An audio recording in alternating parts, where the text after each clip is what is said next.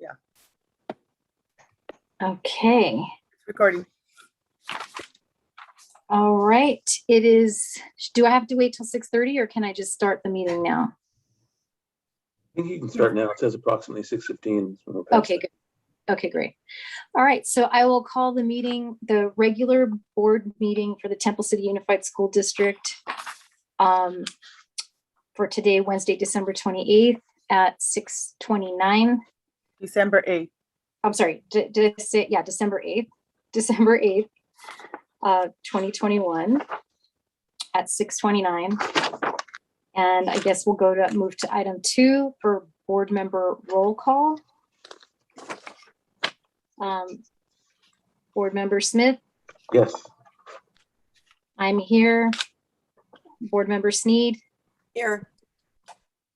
board member Lynn, Here. board member Georgino, Here. student board member Kiana Lee. Here. Okay. Looks like everybody is here.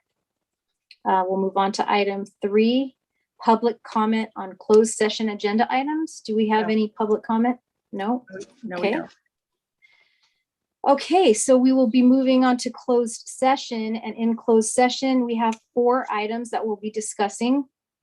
The first is personnel matters under Government Code 54957, public employee appointment, discipline, dismissal, and release.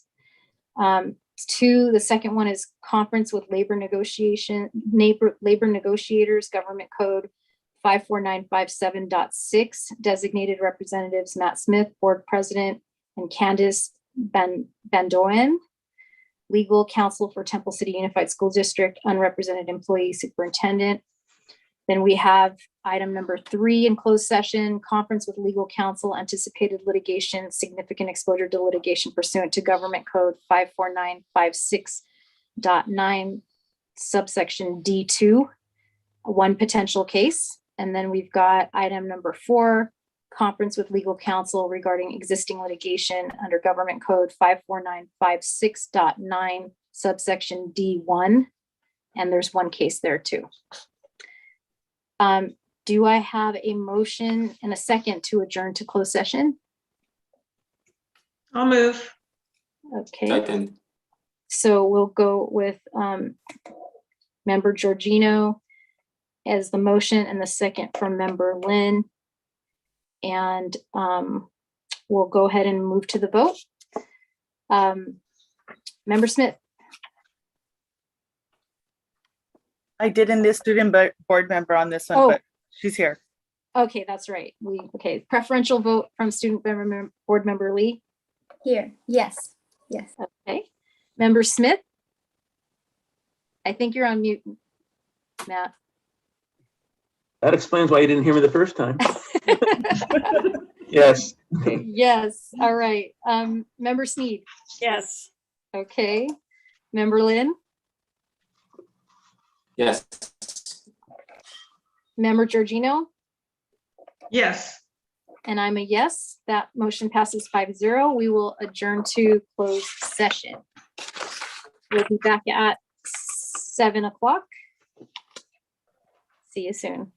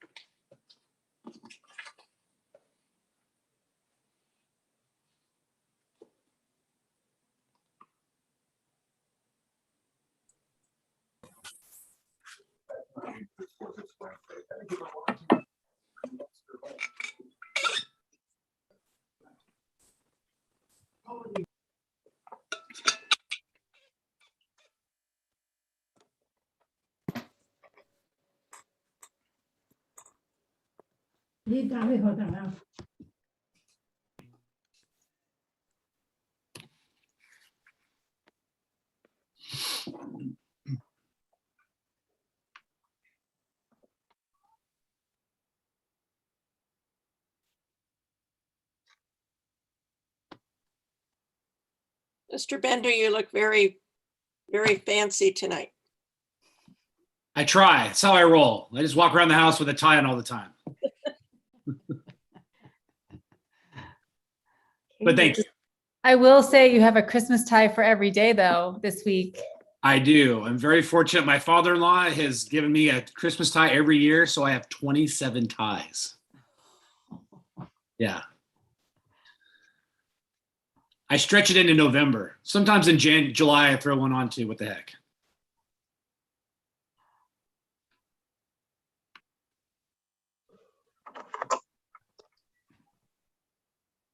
Okay. It looks like it's 7 o'clock, so we will convene to open session. And can I get a motion and a second? So moved. Second. So we have a motion from Member Smith, a second from Member Lynn, and we will go to the vote. Preferential vote from Student Board Member Lee. Yes. Okay. I'm a yes. Member Smith, Yes. Member Georgino, Yes. Member Sneed, Yes, and Member Lynn. Yes. Okay, motion passes 5-0. We're in back in open session.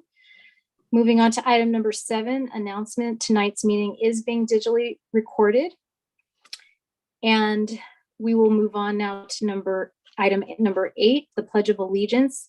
It indicates it would be led by me, but I know I'm going to be talking quite a bit. And so I would love to hear from Student Board Member Lee on the Pledge of Allegiance, if she would like to do it. Thank you, Ms. Espinoza. If you all please rise and put your hand for your heart. Ready, begin. I pledge allegiance to the flag of the United States of America and to the republic for which it stands, one nation, under God, indivisible, liberty and justice for all. Thank you.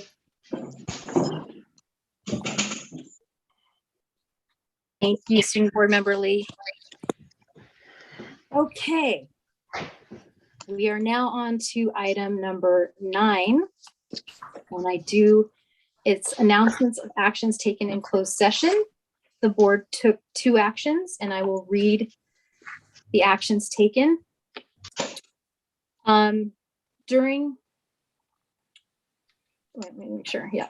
Okay, during its recently concluded closed session, the board voted to approve an agreement resolving the suspension of a permanent classified employee number A0902 on a motion from Member Smith and a second from Member Georgino. The vote was unanimous.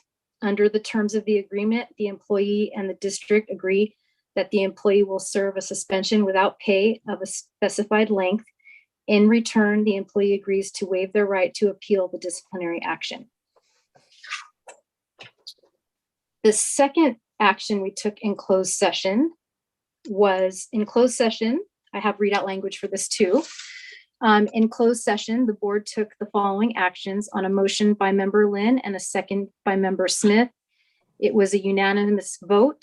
The board took action to approve a settlement agreement regarding OAH case number 202-109-0230, and the vote was unanimous. Okay. Move this out. Okay, before we move on to item number 10, I just want to remind the public that we will be having a public hearing at item number 28, I believe.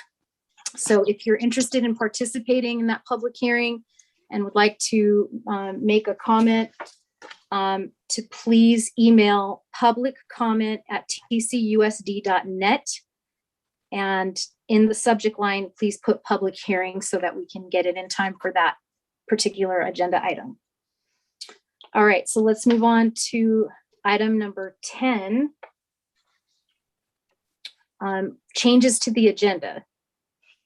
Do we have any changes to the agenda? Nope. Okay. So we'll move on to item number 11, which is to approve the agenda.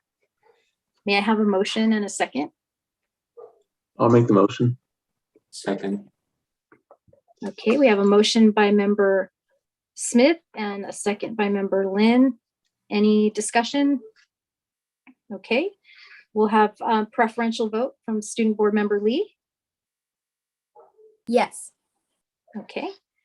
Member Sneed, Yes. member Georgino, Yes. I'm a yes, member Smith, Yes. and member Lynn. Yes. Okay, that motion passes 5-0.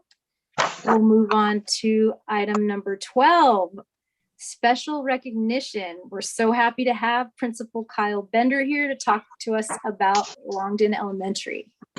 Welcome. Well, thank you. I and my team here are super excited to have this opportunity tonight. Excited to be here. Very honored and proud to share the great things we are doing here at Longden Elementary. I must say I have a great team here with me here tonight. I have my assistant principal, Mrs. Nikki O'Saxon. I'm trying to find her on the screen. Oh, there she is waving. And then I have one of my school counselors and one of my leads for our PBIS, but he's our school counselor in our lower grades, Mr. Danny Ramirez. I think he's gonna wave, hopefully. There he is. And then I also have Miss Martina Motto. She's our other school counselor for the upper grades and also one of our PBIS leaders. So I'm excited to have my team here to help represent the great things going on at Longden.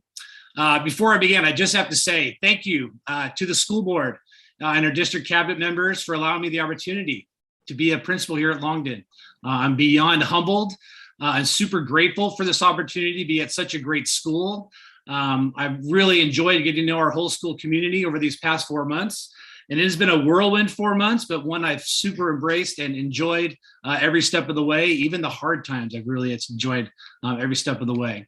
The whole school staff has welcomed me with open arms and have gone above and beyond to help me get acclimated to our school's amazing culture. The parents have been super kind with me and supportive of me being the new principal at the school. And the students, that's the best part. The students have been so sweet in my interactions with them on a daily basis around campus. It's just a refreshing part of my day to go interact with them. So I am super humbled and excited to be a part of such a great school. So we do have a slideshow. So when we was proposed this opportunity to come do this, I thought, let's share what are the great things we're doing at Longden. So we came up with a slideshow to highlight those great things, and my team members here are going to help me present. And now let me find my slideshow. Pardon me, it's going to be right here. And I need to share my screen.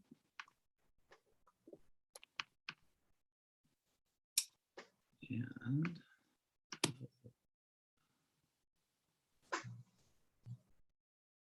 can everyone see that? I hope. Yeah, thumbs up, real good. As long as the Yes. board members can see it, there we go. All right. Yes. These are the, just want to go over the great things here we are doing at Longden Elementary, and just want to have like a share of what's happening. So the first one is, well, the first day of school. What a treasure that was to be able to come back on campus, be live with students on campus. So we had this sign prepared by our PTA to put out on our lawn. But what a great day that was to be interacting with each other.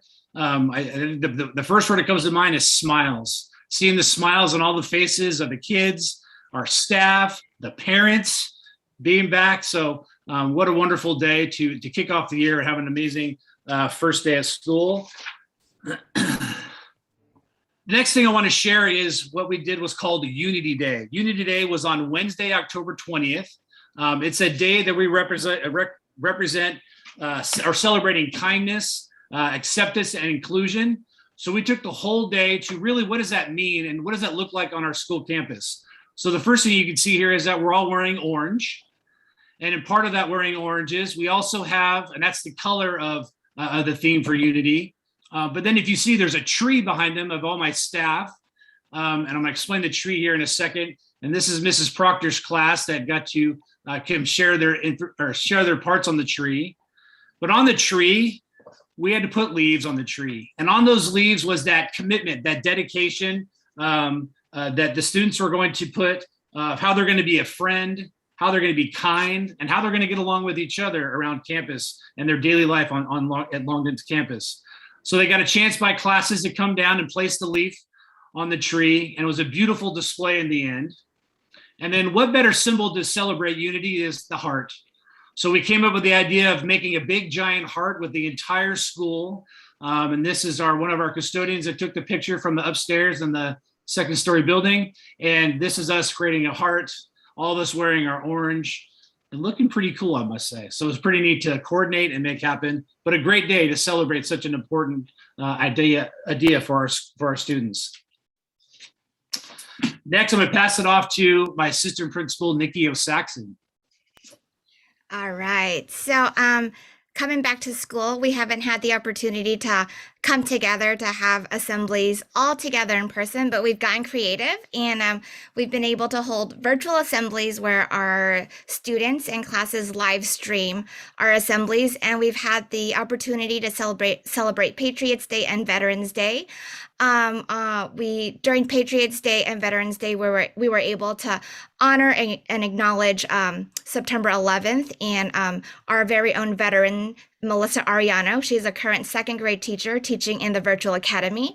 And we had our kindergarten class and our second grade class sing and lead us in the Pledge of Allegiance. And they led the whole school in that. So it was a real neat treat to have our entire school live stream and have Mr. Bender lead us in the assembly and also interview Miss Ariano and just have them hear her speak a little to what she did as she served our country. And so that was really cool as we got creative to figure out how we can go ahead and continue these traditions that we had at Longden. Another tradition that we also were able to continue on was the Halloween parade. As you can see, we all got dressed up, and it's kind of hard to tell, but there's Mr. Bender right there in his donut outfit. He was a donut, and he's leading a group of kids, and we were able to have a lot of fun. Socially distanced, it might be a little difficult to tell, but we were actually in our fire drill formation.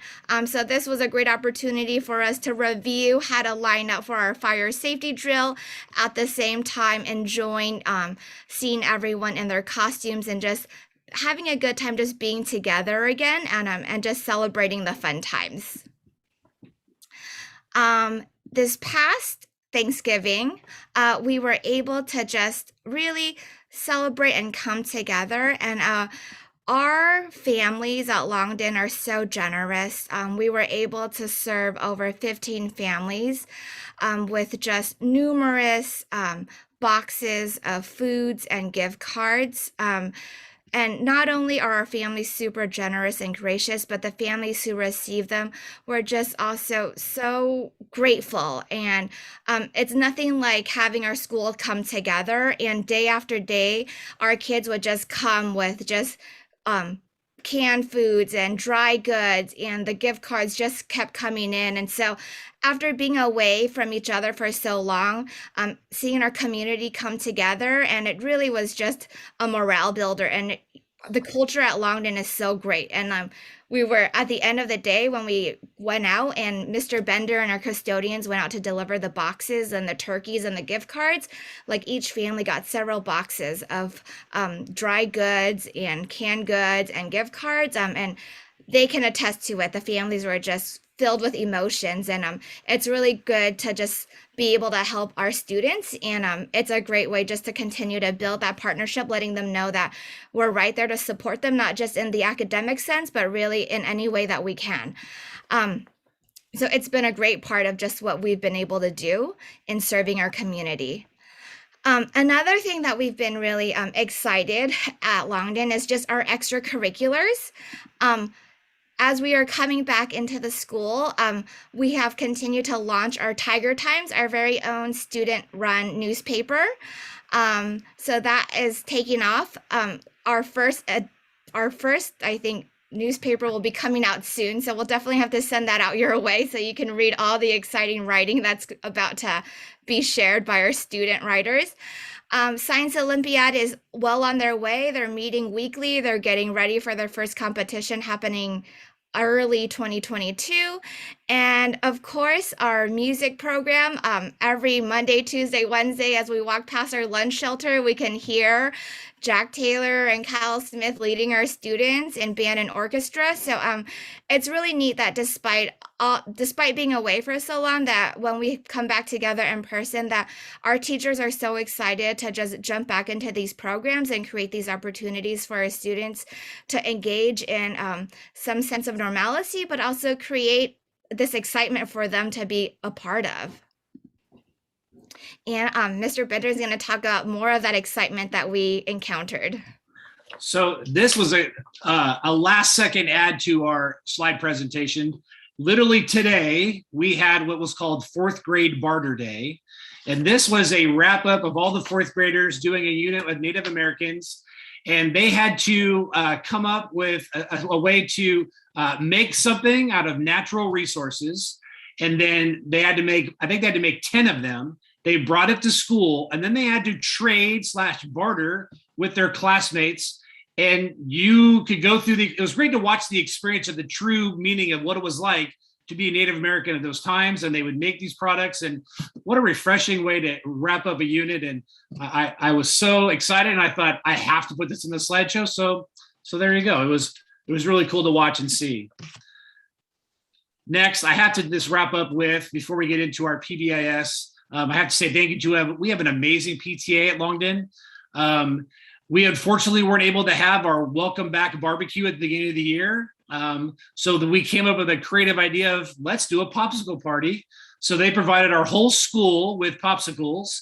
We came up with a unique way to dismiss at the end of the day, which was really like 15 minutes early. And then we all came out on the lawn, and you can see this is one of the classes. We're all socially distanced, and luckily it was a nice hot day to enjoy a popsicle. And but thank you to the PTA for providing this. Every student, all 712 students got a popsicle. And it was a great way at the end of the day. This is on a Friday before we went home for a weekend. Next, I do want to give you a preview. If any of you are free on Friday, we're doing our next event. It's called Sweets with Santa. It's a drive-through event that we will practice our social distancing, but parents will line up and drive down Longden and come down to our parking lot right on the Longden Avenue. They'll come in. We have Santa that's going to be there, and Mrs. Claus is going to be there, and the child can get out, and they can take a picture. We have a treat for them. Then they get back in their car, and then they're on their way. So it's kind of a drive-by event, but looking forward to just a way to connect with our Longden community. So if you're free, please come on by. I'm looking forward to it. It is this Friday at 5 o'clock, and hopefully we'll see you there. So next, I'm going to pass it off to my PBIS group, Mr. Ramirez and Mrs. Amato, and they're going to talk about our PBIS program at Longden Elementary. Thank you. So thank you for having us here today. The PBIS, it is short for Positive Behavior Interventions and Supports. We kicked this off in 2019, and our goal at that time was to teach students the behaviors that we wanted to see on campus. And we focused on being kind, being safe, and being responsible. And so when students are showing us those behaviors, then we are able to recognize and incentivize them with our Tiger Stripes. And our Tiger Stripes allow them then to cash them in for various activities and different things that they can get, like items and trinkets. So on the next slide, you can see some pictures of the things that we've been able to do We started, this was in 2020 and rolled over in January. We had a staff kickball game, which was awesome. It was just so great to see the students versus staff. And then of course the students who weren't participating, who were just watching and having fun with us. We had pizza parties. When we went virtual, we continued this, and we had teachers, students selecting the hairstyle for their teachers. And so you can see one of our teachers in the middle with the rainbow hair. And we've just been able to just have a lot of unifying activities. Well, we're so excited because now we're back on campus and we're bringing back the school-wide activities starting this month with cocoa and candy canes. So today we had students redeeming their stripes for all those responsible behaviors and kind and safe behaviors we've been seeing. And we're going to have some fun with them, some holiday music and some cocoa and candy canes next Monday. So on the next slide, just want to show you how big this has grown. Last school year, we had 37,107 stripes awarded to our students. That's the number of acts of responsibility, kindness, and safety that we saw in our students for a variety of things that they were doing. Our goal with PBIS is to catch them being good. And we want to this year aim for an even higher number. And I know we can get there, especially when you hear from Mr. Ramirez and how we plan on growing the program. So I'm going to turn it over to Mr. Ramirez. Great, thank you. So as Mrs. Amado mentioned, at our school, our three main school-wide expectations are for students to be kind, to be safe, and to be responsible. So with that, students, when they are being kind, safe, and responsible, they can earn a Tiger Stripe. And with those stripes, they can come to our Tiger store and redeem their Tiger Stripes for certain incentives. And we have, every 2 weeks, we're putting together our Tiger store. They're able to come in and redeem their prizes with their incentives. With their Tiger Stripes. And we're also doing monthly activities. Mrs. Amado mentioned our Cocoa. So that's the monthly activity for this month coming up. And we're going to do that monthly, as we mentioned. So very excited. Kids are very excited to come in, and we're excited to see their faces when they're redeeming their prizes with their Tiger Stripes. And ironically, today was a Tiger Stripe day. Yeah, so today we had a lot of fun. Kids were very excited to get their prizes today. It was a little bit chilly, but the kids came in and they were excited and walked away with certain prizes. And moving on, as we progress with our PBIS system, we're excited to move it to the next level by bringing in Pbis Rewards. That's a big thank you to the board for allowing us to pilot this program. So it's a web-based application where students will be incentivized digitally. Right now, we're providing Tiger Stripes on paper, which is very good, but we're also looking to cut costs in terms of paper and ink. And so this program will allow us to take it to the next level. What we like about this program is that we're going to get parents more involved, so they'll be able to see what their students are being rewarded for, and then they can be more involved as the students are earning their prizes. Also, with this program, it captures a lot of data that we want to capture, so we can know how we can best serve our student body. So a big thank you to the board for allowing us to pilot this program, because we're very excited to roll it out. We just presented it to the teachers, and starting in January, we're looking forward to going full to roll it out. And so you'll be able to see all the good things that we're doing with this program. So thank you again for allowing us to pilot this program. All right. Thank you, team, for putting that on. So I'm hoping you got a chance to a little snapshot of the great things we're doing at Longden. I got to say, these last 4 months have been amazing. It has been a pleasure to work with such dedicated and caring staff members. I truly, on a daily basis, I get to see quality and enriching instruction by teachers in the classroom. I get to see students interacting kindly with each other and being engaged with their teacher. I get to see our support staff and classified staff going out of their way to support all the needs of our students on campus. So I could truly and humbly say that Longden is truly the best place to work. And yes, I know I'm biased. And that is our end of our presentation. If anyone has any questions. Awesome, thank you. Board members, any comments or questions? Having spent a good portion of my life at Longden. I know. And I'm, please come by anytime. Come again. I am so excited to see how many wonderful things you are doing over there. And I'm glad that they were able to get Barter Day in this year. It was One of our good memories of 4th grade. So thank you for keeping the fun going over there. So that's what the unique part of me being in this position, right? I didn't know what Barter Day was until literally I walk out today. I'm like, oh my gosh, really? Like beyond amazing, super cool, kids way excited, making some really neat things. So just a one small way of what the great things we're doing for sure. Definitely appreciate all your hard work, Principal Bender and team.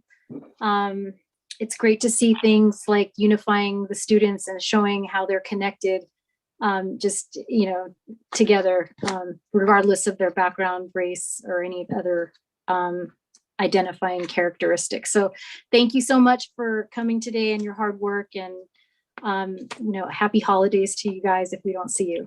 Same to all of you. Thank you. All right. Thanks. All right, we will move on to item number 13, which is public comment on agendized and non-agendized items. And we do have a letter that was sent. I will read it.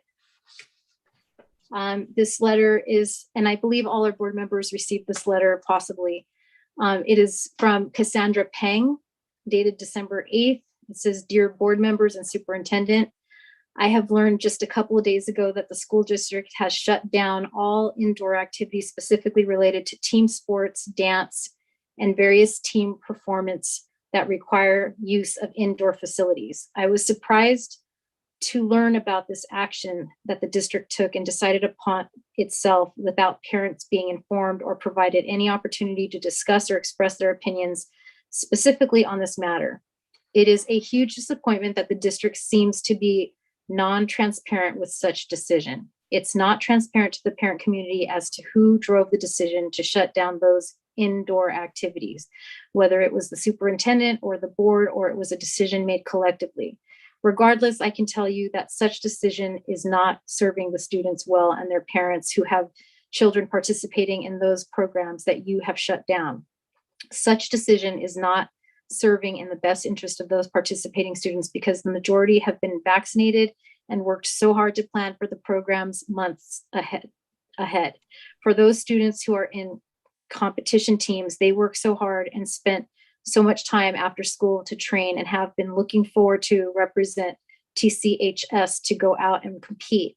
The parents with kids in those programs, myself being one of them, know how much effort those kids put in and are supportive of them going out to competitions. Ultimately, the teachers and coaches who have started planning and leading their teams since the start of the school year have been sweating over the best plans to showcase their teams and put on hold pending for the district's advice. But the district has been slow in providing direction and timeline to allow those programs to move forward as late as in October. And now you're telling them their indoor programs have all been canceled. Many in the community in which you canceled the programs do not even know the district has canceled the indoor programs. Many are caught by surprise and felt that they have been in the dark. I have also heard the district has issued overly restrictive guidelines for indoor programs are serving as barriers and making those programs impossible. For example, student on the cheer/drill team were not allowed to do their lift tricks and had to stay 6 feet apart, but that's what a cheer drill team does. Then there is ASB trying to seek outdoor facilities for their events due to district safety restrictions, and they ended up having to forsake their effort because they found that outdoor programs are way too costly. May I ask the district, do you truly realize and understand the impact of your decision of shutting down those indoor programs on the involved community? This communication breakdown really does not speak well for the district's leadership, even though I like to believe the district is trying hard to things work out. If the reasons for the shutdown is your concern about COVID safety with having indoor programs, the district should refer and operate in accordance with the CDC guidelines. The CDC does not prohibit indoor activities. It's also noteworthy that other school districts have continued to allow indoor student activities, dances, and competitions, and their custodian labor unions have continued to serve those school districts well and support their students' indoor activities. I believe the above said community would appreciate it if the district can provide further clarity and visibility as to who made the decision to shut down, who is responsible. I've heard it's the superintendent's decision, a different version through the grapevine, indicating the board had made the decision to shut down the indoor programs. What drove such decision? How did such decision benefit the students when the district canceled all programs? What actions or community input, parents/teachers/students, were taken into consideration when those programs before those indoor programs were shut down? What is the district's plan to resume indoor programs and timeline? What is the district doing in the meantime in preparing to resume those canceled indoor programs? As for COVID safety, the latest vaccine data published by Los Angeles County Public Health Department show that TCUSD has the highest vaccination rate of 98.3% in the San Gabriel Valley area for students between the ages of 12 to 18 as of data date 11/28/21. This vaccination rate has increased from the 93.6% published through data date of 8/26/21. which the district published on its website. And there's some references and tables that are included here. Temple City as a community is among the highest vaccinated community at 85.1% as of 12/2/21, which is an increase from 82.4% published through data date of 8/26/21, which the district published on its website. And there's another table listed. This increase trend should provide further comfort to the district that our students and parents are taking the necessary precautions to be vaccinated and that all indoor programs should be allowed to resume in the very near future so that our students can experience a full campus life and not just simply go to school for academics. I have heard a version circulating through the grapevine that the district is shutting down the indoor programs because the Chinese parents community is strongly supporting the shutdown. That is absolutely not true in case any district member also heard it. I am a Chinese parent. I can personally testify that that the Chinese parents I know from TCHS or Oak Middle School who have kids in sports or dance or performance teams are opposing the indoor program shutdown. They are upset that they are in the dark until they learn about this development very recently. I believe the district should provide students an option to decide on their own whether to participate or not in those programs, and the district should not shut them down.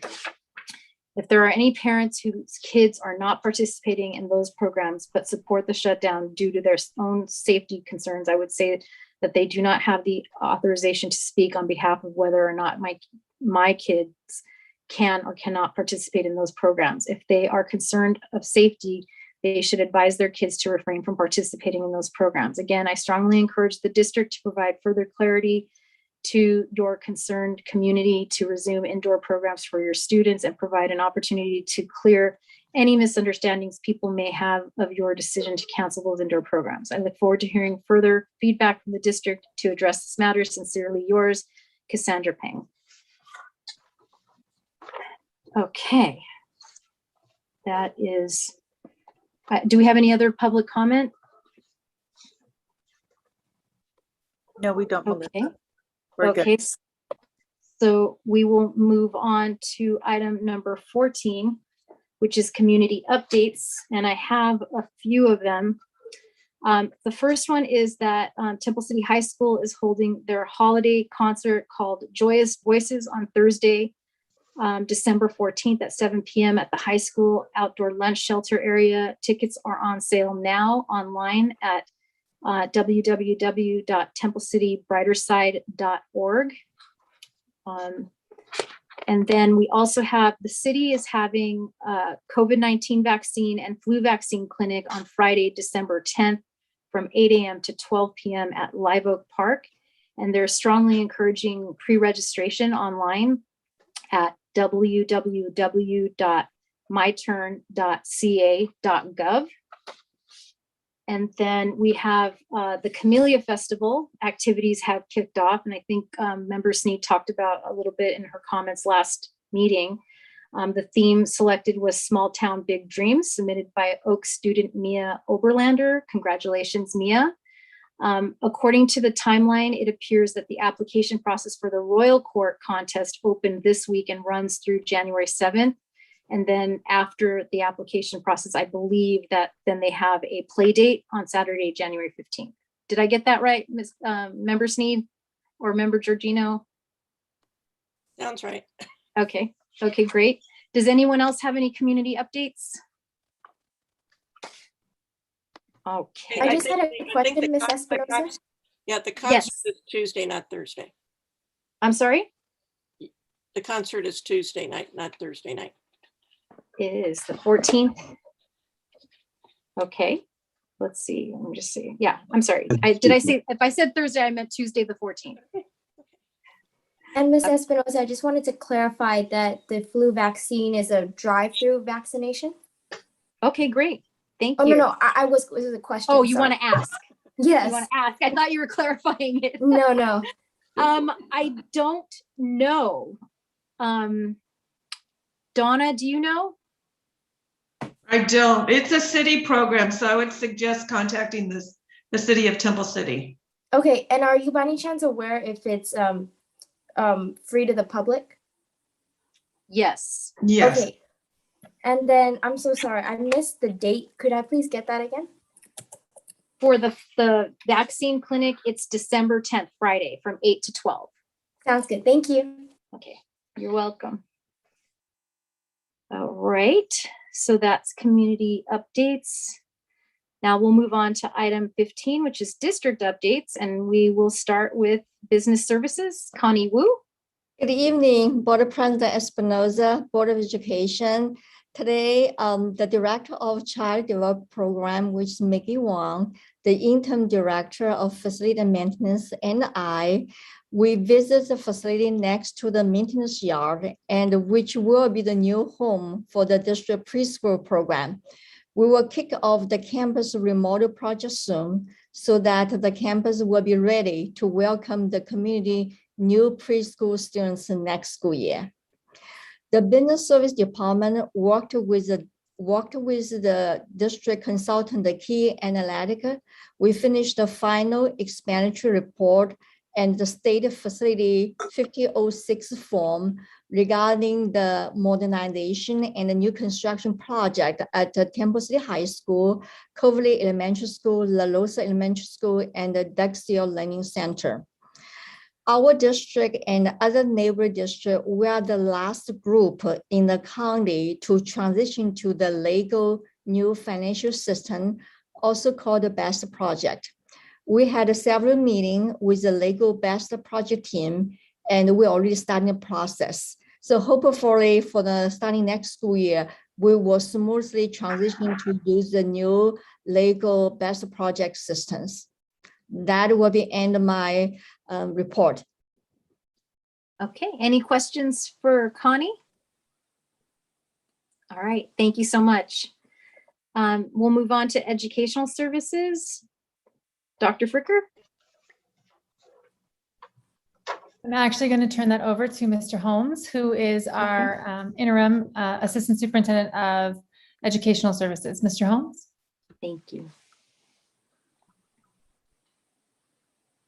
You're on mute. All right, thank you very much, Dr. Fricker. And thank you, President Espinosa and the board. In Ed Services, our two coordinators of curriculum, Scott Sherman and Amy Gerling, are going to speak on where we are at with our math adoption. But from my perspective and with my opportunity and my position, I'm very proud of the work that's being done by both Scott and Amy, as well as the teachers who are serving on the committee.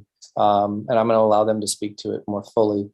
And we just recently completed at the elementary level our parent conferences with teachers for the first report cards for the report cards for the first trimester, and we had good reports from each site on that process. A lot of work is being done at the district level to support the work that our teachers are doing on our various platforms, but most specifically the work that is being done in Canvas to support our students even while we're in person, to make sure we still have that digital platform support as well.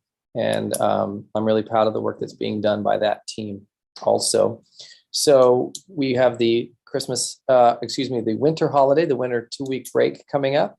And there's a lot of work going on all of our campuses up to that point. But I know all of us in the district are looking forward to a few weeks of rest after a very eventful first part of the year. And that's all we have for right now from Ed Services. All right, any questions for Chris? All right, thank you. All right, we'll move on to Personnel HR Services. I think we changed the name, so we'll move on to HR Services. Dr. Kat Ryan. That always puts a smile to my face. I don't know why. Good evening, President Espinoza and Board of Education. I'd like to start by just wishing everyone a joyous and healthy holiday season. We have begun our negotiations with our CSEA 823 and 105 unions, and TCEA is set for the beginning of January. As I mentioned last time, we're looking forward to working together with our teams as we make informed decisions for the betterment of our district. Our department is currently working on the annual reporting, and this is for the data for the Personnel Commission. This really is, it's compiled data of the entire year, of the entire fiscal year that just passed. And it's really data on hires, reclassification, service awards, and any highlights that occurred last year. So we're in the process of compiling that currently. With the minimum wage law that recently passed to increase minimum wages starting January 1st, we're currently working on updating our appropriate hourly employees' wages to $15 an hour. So that is currently in process and it'll take effect January 1st. And last but not least, we're conducting the one-time upload for the dental and vision services.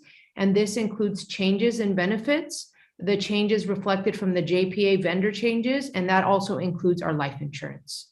And that is the recap for human resources. All right, thank you, Tamar. Any questions? Okay, thank you. We'll move on to student services / student discipline update. Chris Holmes. Thank you again. Okay. So in student services, we've had quite a few things going on in the past few weeks.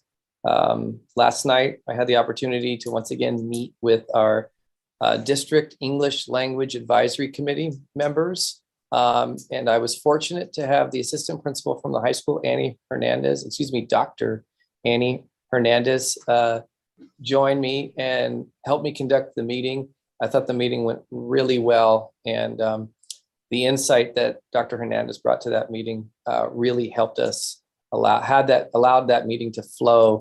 And it was a very positive experience. And I thought that our parent representative that was able to attend, we have multiple parent representatives, but not attend each meeting, really came away with a positive outlook on really how important the ELD program and LPAC testing and our goal of reclassifying our EL students really is, and the value that that program gives to our students. We really are doing a nice job of framing the benefits, the lifelong benefits that our students gain from that program. Last week, we met with our counseling team coming back from our Thanksgiving holiday, and we discussed each of our counselors shared positive moments that they've experienced since we returned to in-person learning in forging and developing relationships with students who are experiencing adversity upon the return, and just the satisfaction that our counselors get from connecting with kids, especially those children that seem to be having a little bit more difficulty in their school experience and in person. It was really a special moment listening to each of the counselors share that moment of connection with kids. As was shared by Longden, all of our sites are continuing to implement the PBIS program, and many of them are in their year 1 implementation. Longden is a little bit ahead of the game, as they talked about. I'm very proud of the work that's been done there. Having been the principal of that school for the past 2 years before this year, it's really great work, and they are definitely, I'm proud of all of the sites with the work that we're doing on PBIS. And I think in some ways, what I'm going to talk about with discipline, the PBIS work is a reflection of, the discipline data is a reflection of the work done in PBIS. So high school sports winter season is beginning. We just ended the fall season, and I wanted to give my personal congratulations to Csca for her excellent effort in the CIF Southern section. I apologize, was it the sectionals or the regionals? But I had the good fortune and honor to be there and watch her run. And all of our athletes in Temple City represent us so well every single day that they compete. And Csca was no exception. She was a real leader out there, and we're also very proud of the effort she put out this year. And so now to my discipline presentation. I'm going to speak on a couple of areas of discipline. I want to talk about in our system, we track in our ARIES system when student incidents are reported and documented.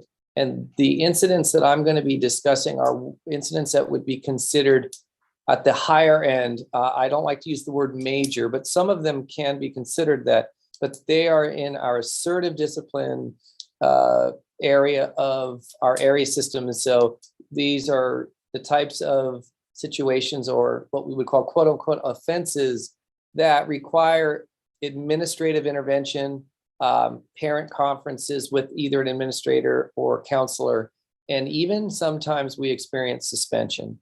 The guidance that came out has been coming out from the state for the last 5 to 10 years, but especially most recently in this last summer was we would like to use suspension in very limited situations that we know the data doesn't support suspension as an effective way to correct behavior.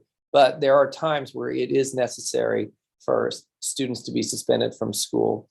So when looking at our data that would generate a notice in our system for a child that has committed an infraction that's considered high end or suspendable, our numbers are higher than they would normally be in a normal school year. I compared the numbers where we're at this year to the 2018-2019 school year, because that was a complete school year and it wasn't impacted by the onset of COVID. I could have looked at 1920 as well, because we haven't gotten that far along, but I wanted to see a full year picture. In terms of those, what we would call as an assistant principal, we call these top 5. They're known as the top 5 offenses. We are actually far ahead of we are ahead of our pace as we were in 18-19 for those offenses. So we are experiencing a higher rate of infractions that can be suspended. Now, these would be called like students fighting, etc. So things that we know are not acceptable on school campuses. And then let me clarify, I apologize, I didn't clarify this earlier. The data I'm referring to is for grades 7 through 12. This is our secondary information for now.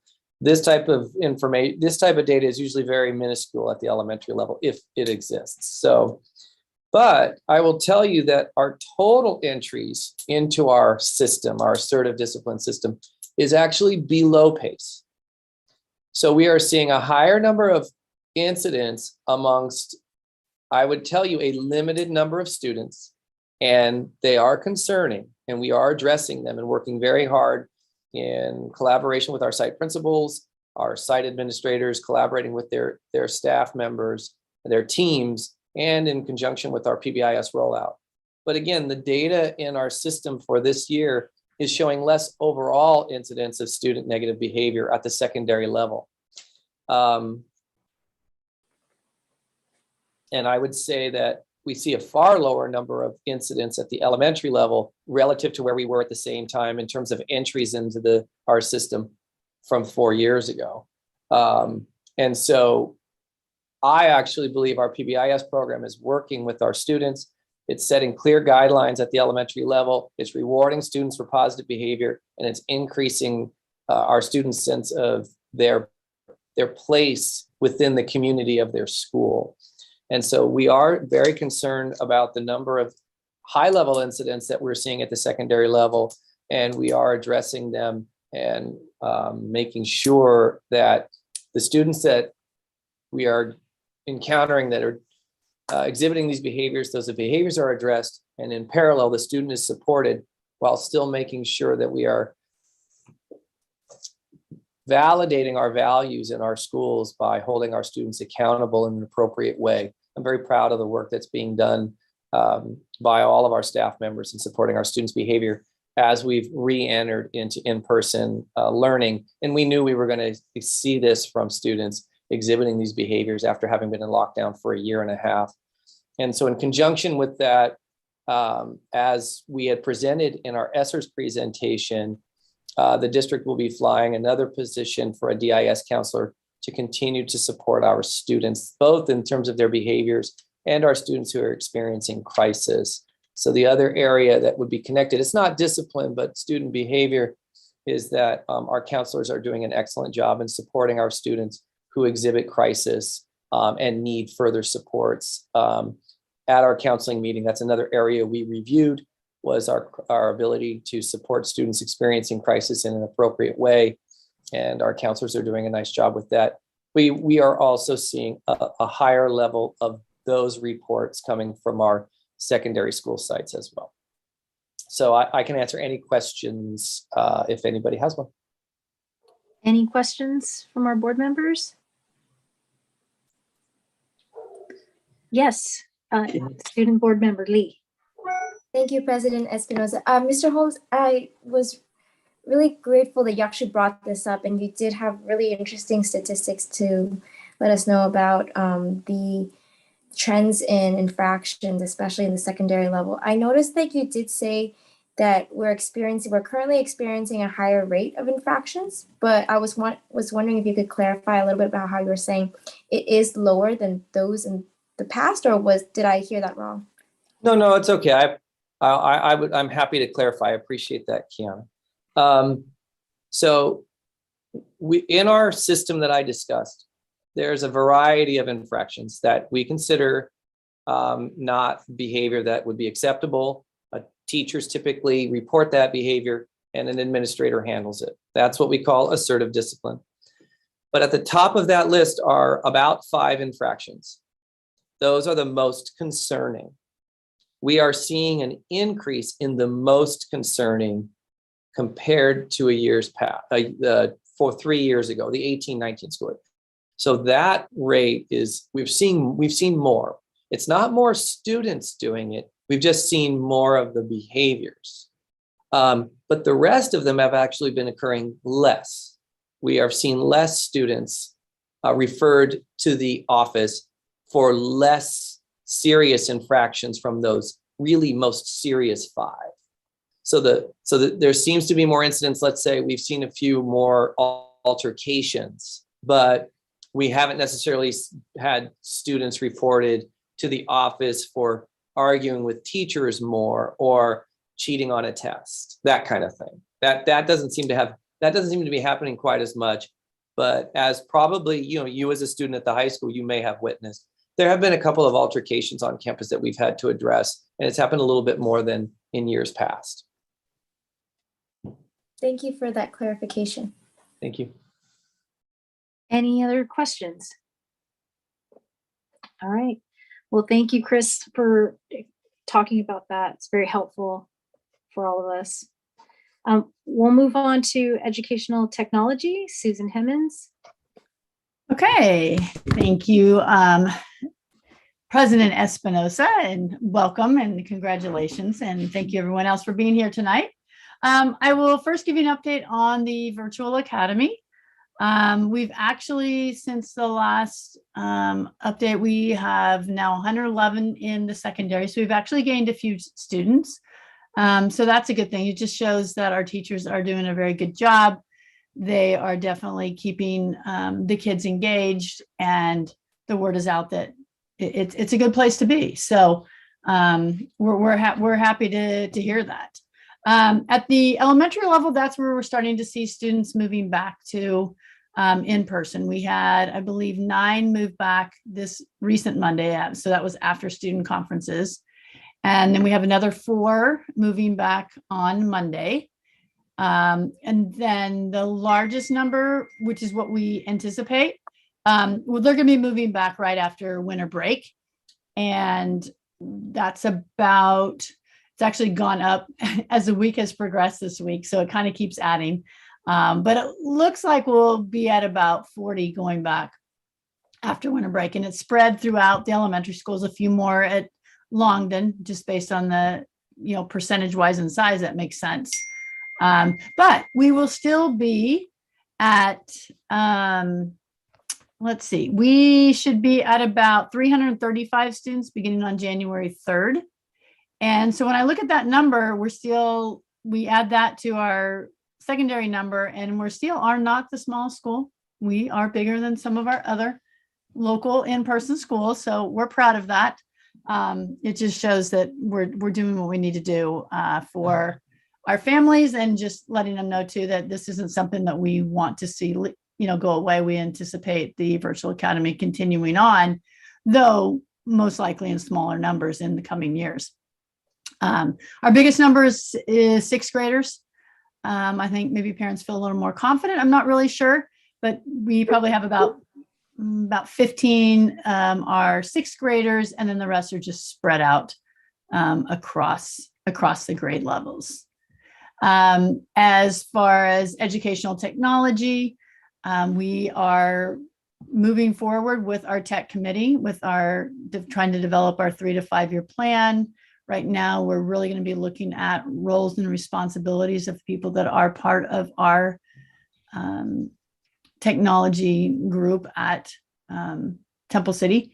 And then from there, we can start to really look at where do we need to go next, and what are our priorities that we're going to be. And we'll talk even more about that tomorrow evening. And other than that, that's about wraps it up for me tonight. All right. Any questions for Susan? Okay. Thank you. Thank you. All right. We will move on to item number 16, bargaining unit comments, starting with the Temple City Education Association. Kyla Hursted. Yeah. Good evening. I don't have anything for tonight. Thank you. All right. Thank you. We'll move on to CSCA 105. Robin Penn. I expected you to talk. I wasn't ready. Okay.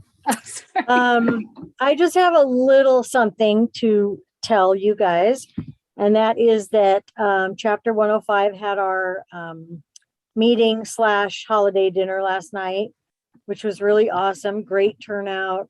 Everybody had fun. And I want you to know that CSCA 105, as of January 1st, will have a new president. First one in over 15 years. So the new president will be Tessie Ridley. Where is she? She's here somewhere. The vice president is going to be Jeanette Johnson, and I'm going to be what we call the past president. I never had a past president as president because they retired and went away. So I'll still be active. You won't get rid of me that fast. But this is like my step 1 towards retirement. So I'm going to get there soon. So thank you for everything, and I'll see you later. Well, thank you, Robin, for all your partnership, and congratulations to Tessie and Jeanette for their positions going forward. All right, we can move on to CSCA 823, Art Contreras. Hi, good evening, everybody. I have nothing to report tonight. All right, thank you, Art. Thank you. We will move on to item number 17, which is board member comments. And I thought tonight we could start off with Member Sneed. Okay, thank you. And I want to thank past President Matt Smith for your service as our president this last year, and for your guidance in my first year on the board. So thank you very much. And congratulations to Melissa Espinoza as our new board president. I know you're going to do a fantastic job. So congratulations. I want to thank Longden School for your presentation tonight. It's always such a highlight to hear about the special programs in each school, and looks like they're still having a lot of fun at Longden. I appreciated the chance to attend the CSBA Annual Education Conference last week in San Diego. The keynote speaker was very, very inspirational, and the sessions I attended were really well done. I wanted to mention 2 sessions in particular. The first session was entitled Beyond Headlines and Sound Bites, Looking at Equity from a People First Lens. The speaker, through words and artifacts, which he has collected, we looked at how history is impacted by the actions of some pretty brave individuals. And I have to admit, I was uncomfortable during the discussion, but I welcomed being uncomfortable. And I welcome that feeling.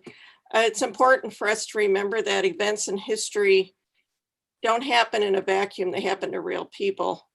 And we as educators need to develop a historical empathy to better understand how the decisions that we make will impact our students.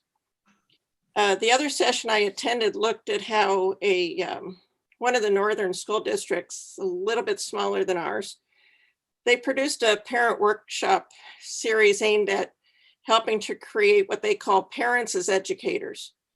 And this helps their parents gain tools to support their students under a variety of topics once a month. Our parents continue to show that they have a big interest in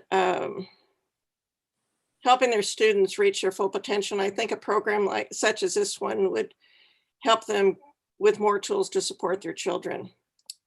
I want to congratulate Jacob Douglas, who was named to the first team of the Rio Hondo League football team.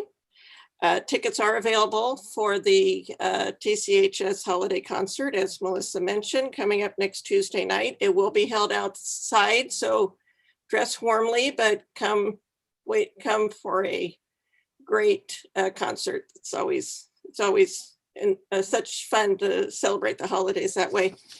And I hope everyone had a wonderful Thanksgiving, and I want to wish our students, staff, and families a beautiful holiday coming up and a great New Year. So thank you very much. Thank you, Member Sneed. We'll move on to Board Member Smith. Okay, thank you. Oops, am I muted? No, I'm not. Okay. Let's see. First of all, congratulations, Melissa. You're doing a great job so far. So way to go. Yeah, it's been 4 weeks since we met last, and there's been a few things that have gone on between then and now. I did want to thank the city for the Veterans Day celebration they put on at Temple City Park. And as promised, it was a great job. It did a good job recognizing all of our veterans, no matter what field of service they were in or what time of the century they participated. I hope everybody had a chance to visit with friends and family over the Thanksgiving break and get closer to them, as more closer to them than we've been for probably the past year.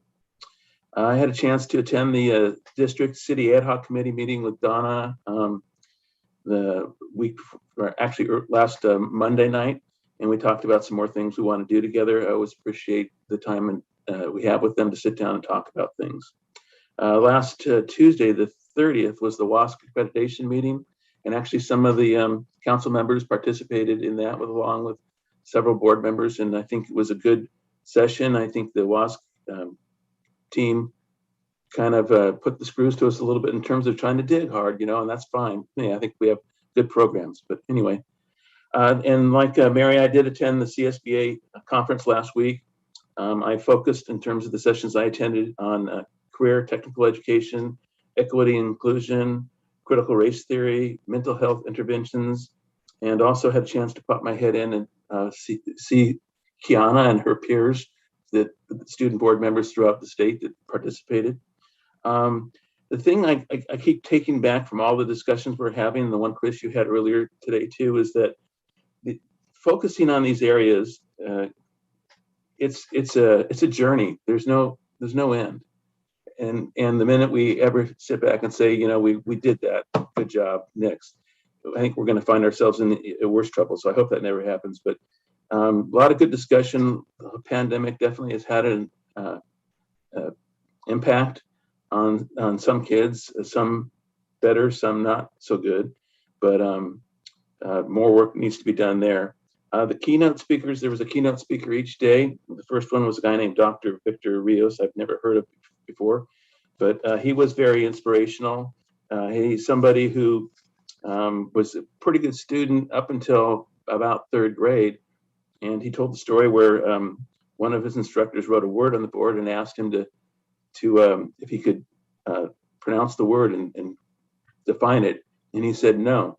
And bottom line is he got in a little bit of trouble and he was sent to the principal's office. It turned out he couldn't see the word because he needed glasses.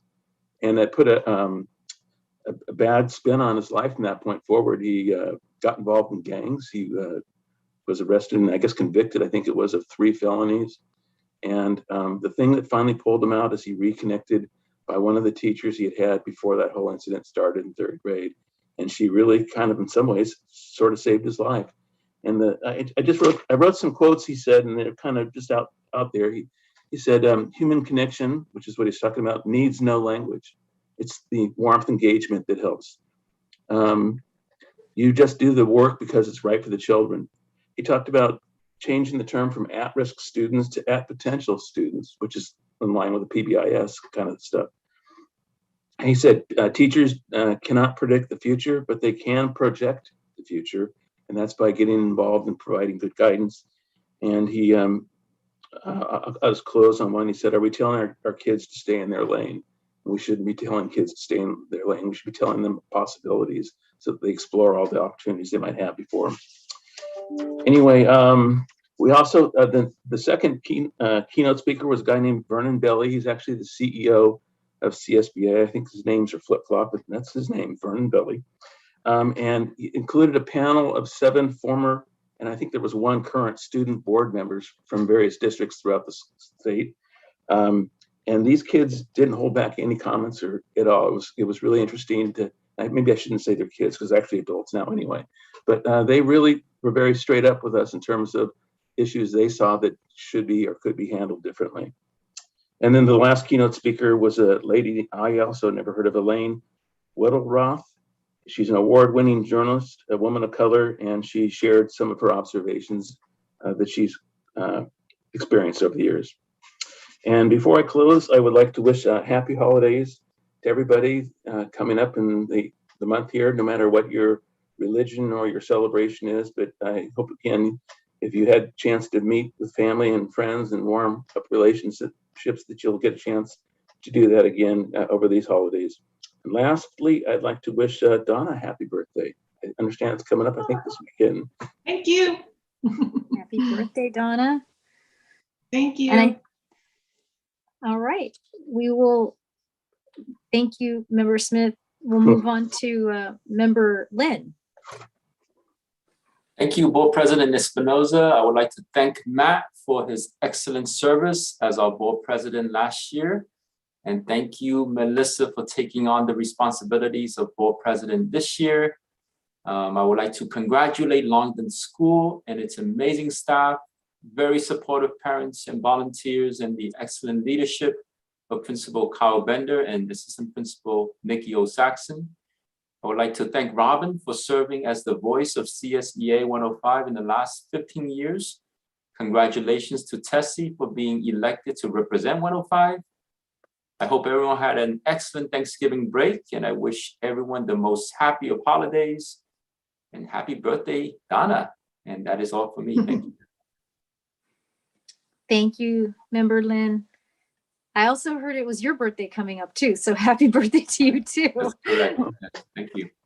All right, we'll move on to Member Georgino. Well, I'm hoping for my birthday I get new Wi-Fi because I keep getting kicked off. So I apologize for turning my video off, but I'm trying not to get kicked off. I'd like to thank, first of all, Longden for the presentation. It's always great to see all the enrichment activities going on in the school, and congratulations for all the hard work they put in this year. Since our last meeting, I attended the Arcadia band review, and I always get such a good feeling when I see that Temple City High School band and the auxiliaries out there. They make me so proud. It was really an enjoyable time. So congratulations to them. I attended the Kiwanis Student Awards for November. And again, that's always such a fun time to hear what the kids, what their aspirations are and their dreams are. We have some really outstanding students in our district. So thank you to the Kiwanis Club for hosting that each month. I attended the city district joint meeting, and I'm really proud of the relationship that the district and the city have developed over the past few years. It's very positive and it's very collaborative. And I think our community and our students are benefiting from it. And thank you, Melissa, for reappointing me to that committee, because there's still some goals I have that I'd like to accomplish for the betterment of our students. I also participated in the Temple City High School Wasc accreditation meeting. And I'd like to thank the city council members and Jerry Jambasian for participating in that and supporting our school. Last weekend, I attended the CSBA conference with Mary, Matt, and Dr. Fricker. As they both said, it was a very good conference. I spent a lot of my time at the fiscal workshops. Some good news, there is estimated going to be $31 billion surplus in the state of California. Last year, there was also a surplus, not quite that big, but if last year is any indication, they used the money for one-time spending, which is not in the best interest of our district, although we're not complaining, it's better than cuts. So this year with $31 billion, I'll be interested to see what they do with it. There are people who are advocating for an increase to the base rate, which would really help us out a lot, and also to get some relief on the PERS and STIRS rates.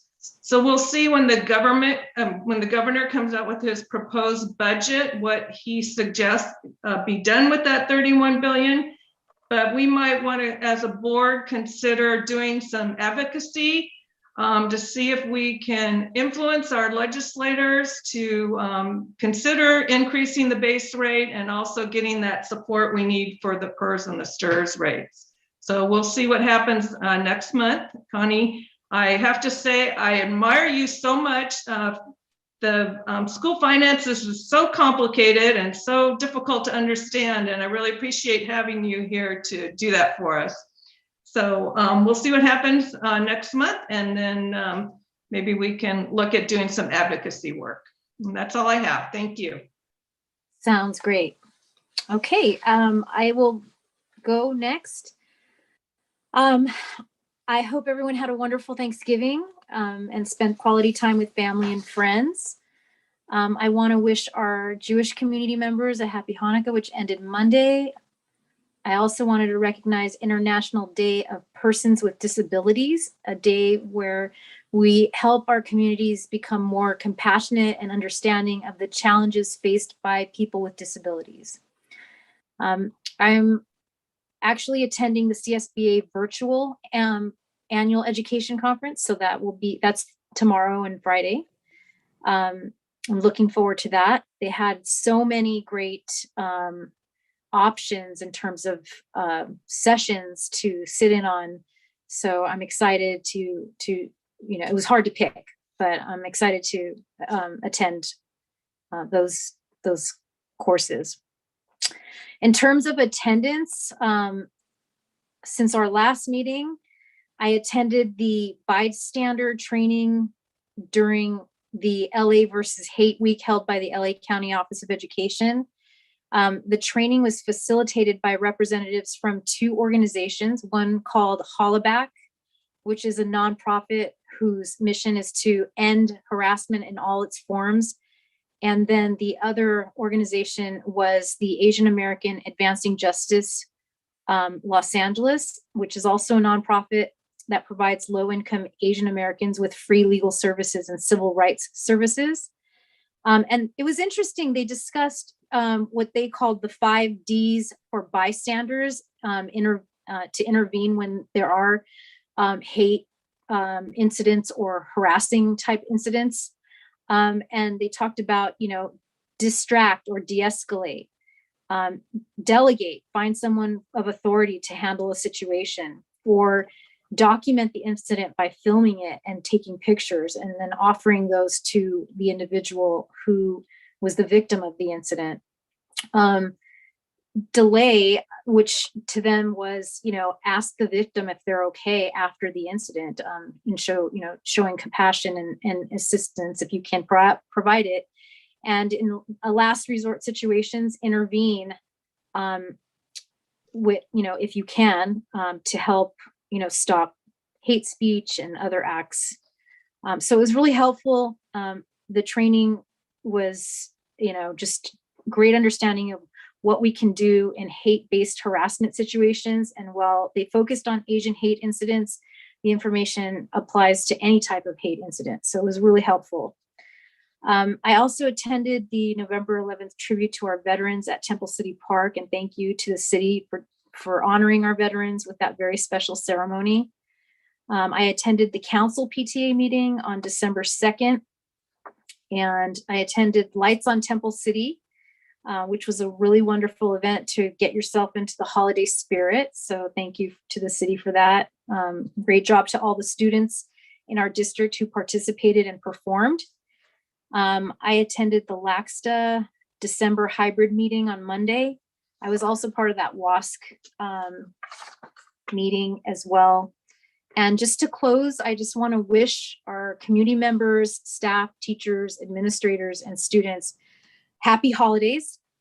And whether you're celebrating Christmas, Kwanzaa, or Winter Solace, my hope is all our community members have a blessed and safe holiday season. So thank you. Okay, we are now at item number 18, student board member comments. Kiana, what do you have? Thank you, President Espinoza, and good evening, everyone. I just wanted to start off by congratulating all the board members on their new appointments this year. I look forward, as I continue throughout my term this year, to work with all of you. And this past weekend, I also had the wonderful opportunity to attend the annual education conference organized by the CSBA.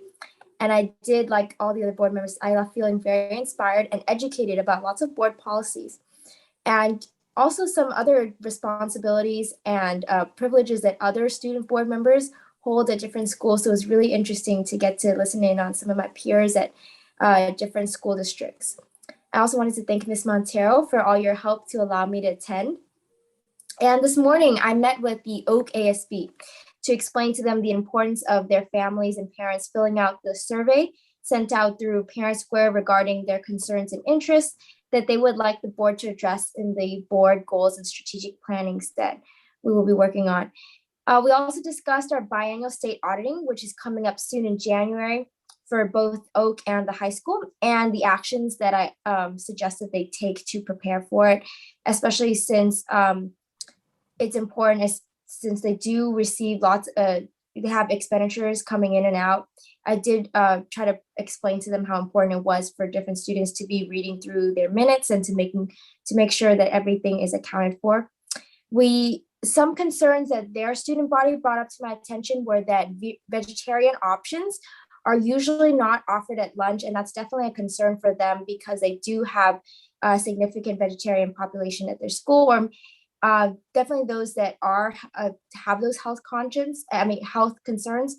And they did bring up how they were concerned about food waste for students who are lactose intolerant, but by law, they cannot refuse the dairy milk that is provided at lunch. They did ask for non-dairy alternatives. I do understand that those are usually much more expensive than our dairy milk. However, their concern was hopefully maybe in the future, they can choose not to take the dairy milk instead of waste it, because we do have students that aren't able to consume it due to allergies. I also had the exciting opportunity to join this Cloverleaf Student Council led by 6th grade teacher, Mr. Alan Wong, at their holiday pizza party this afternoon. We did get to celebrate their hard work this year to make posters and fundraise for their student activities. The TC Performing Arts Boosters are holding a Chick-fil-A dine out tonight. For those of you listening in are interested to drive over to the mall, please let them know that you're supporting the TCSPA.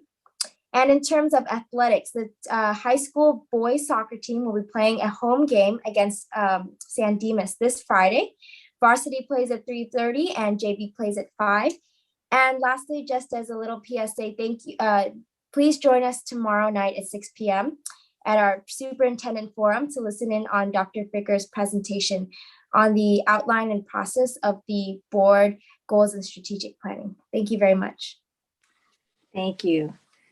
Just one clarification, our the TC Spa dine out, it was on the 7th, but sorry thank you that. for the plug.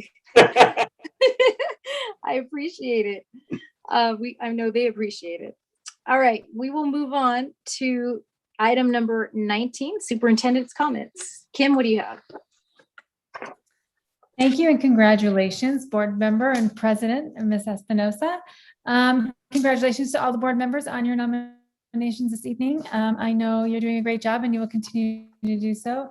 Thank you so much, former board president, Mr. Smith. It was a pleasure working with you all last year. I think that you did an incredible job on the board and representing all interests. It is no small task, so I really appreciate all of the work that you put in throughout the year. So thank you for that. As mentioned, there is a superintendent's forum. It is tomorrow night.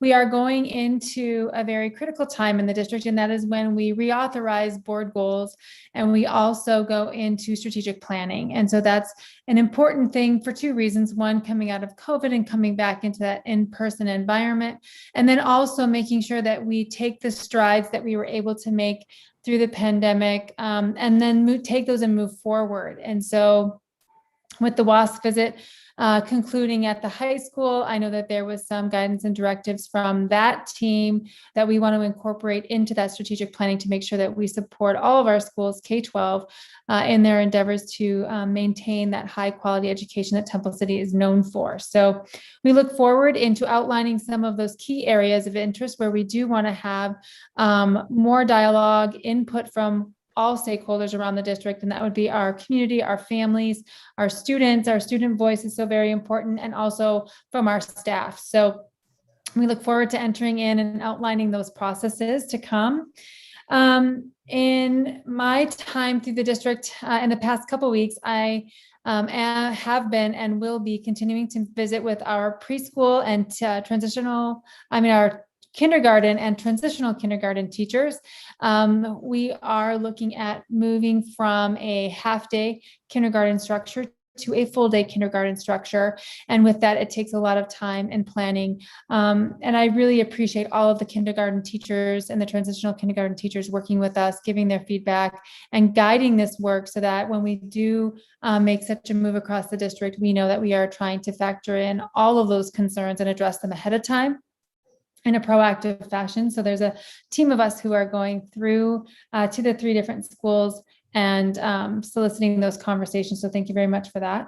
I know that we are going to be hearing from our development of our preschool program, and Mrs. Wong is going to present on that later on this evening. So we are focusing a lot of work on making sure that that comes to fruition for the next opening of school. And then I did go to the CSBA conference with my fellow board members, and it was great to sit and have conversations and really engage with other educators from across the county and across the state, and learning what they're doing that are so significant, or some of the things that they have implemented in their districts that are very helpful. So we've learned a lot from them. I did attend finance. I also attended a couple of sessions on diversity and equity, as we know that inclusion and equity is a big initiative that we have here.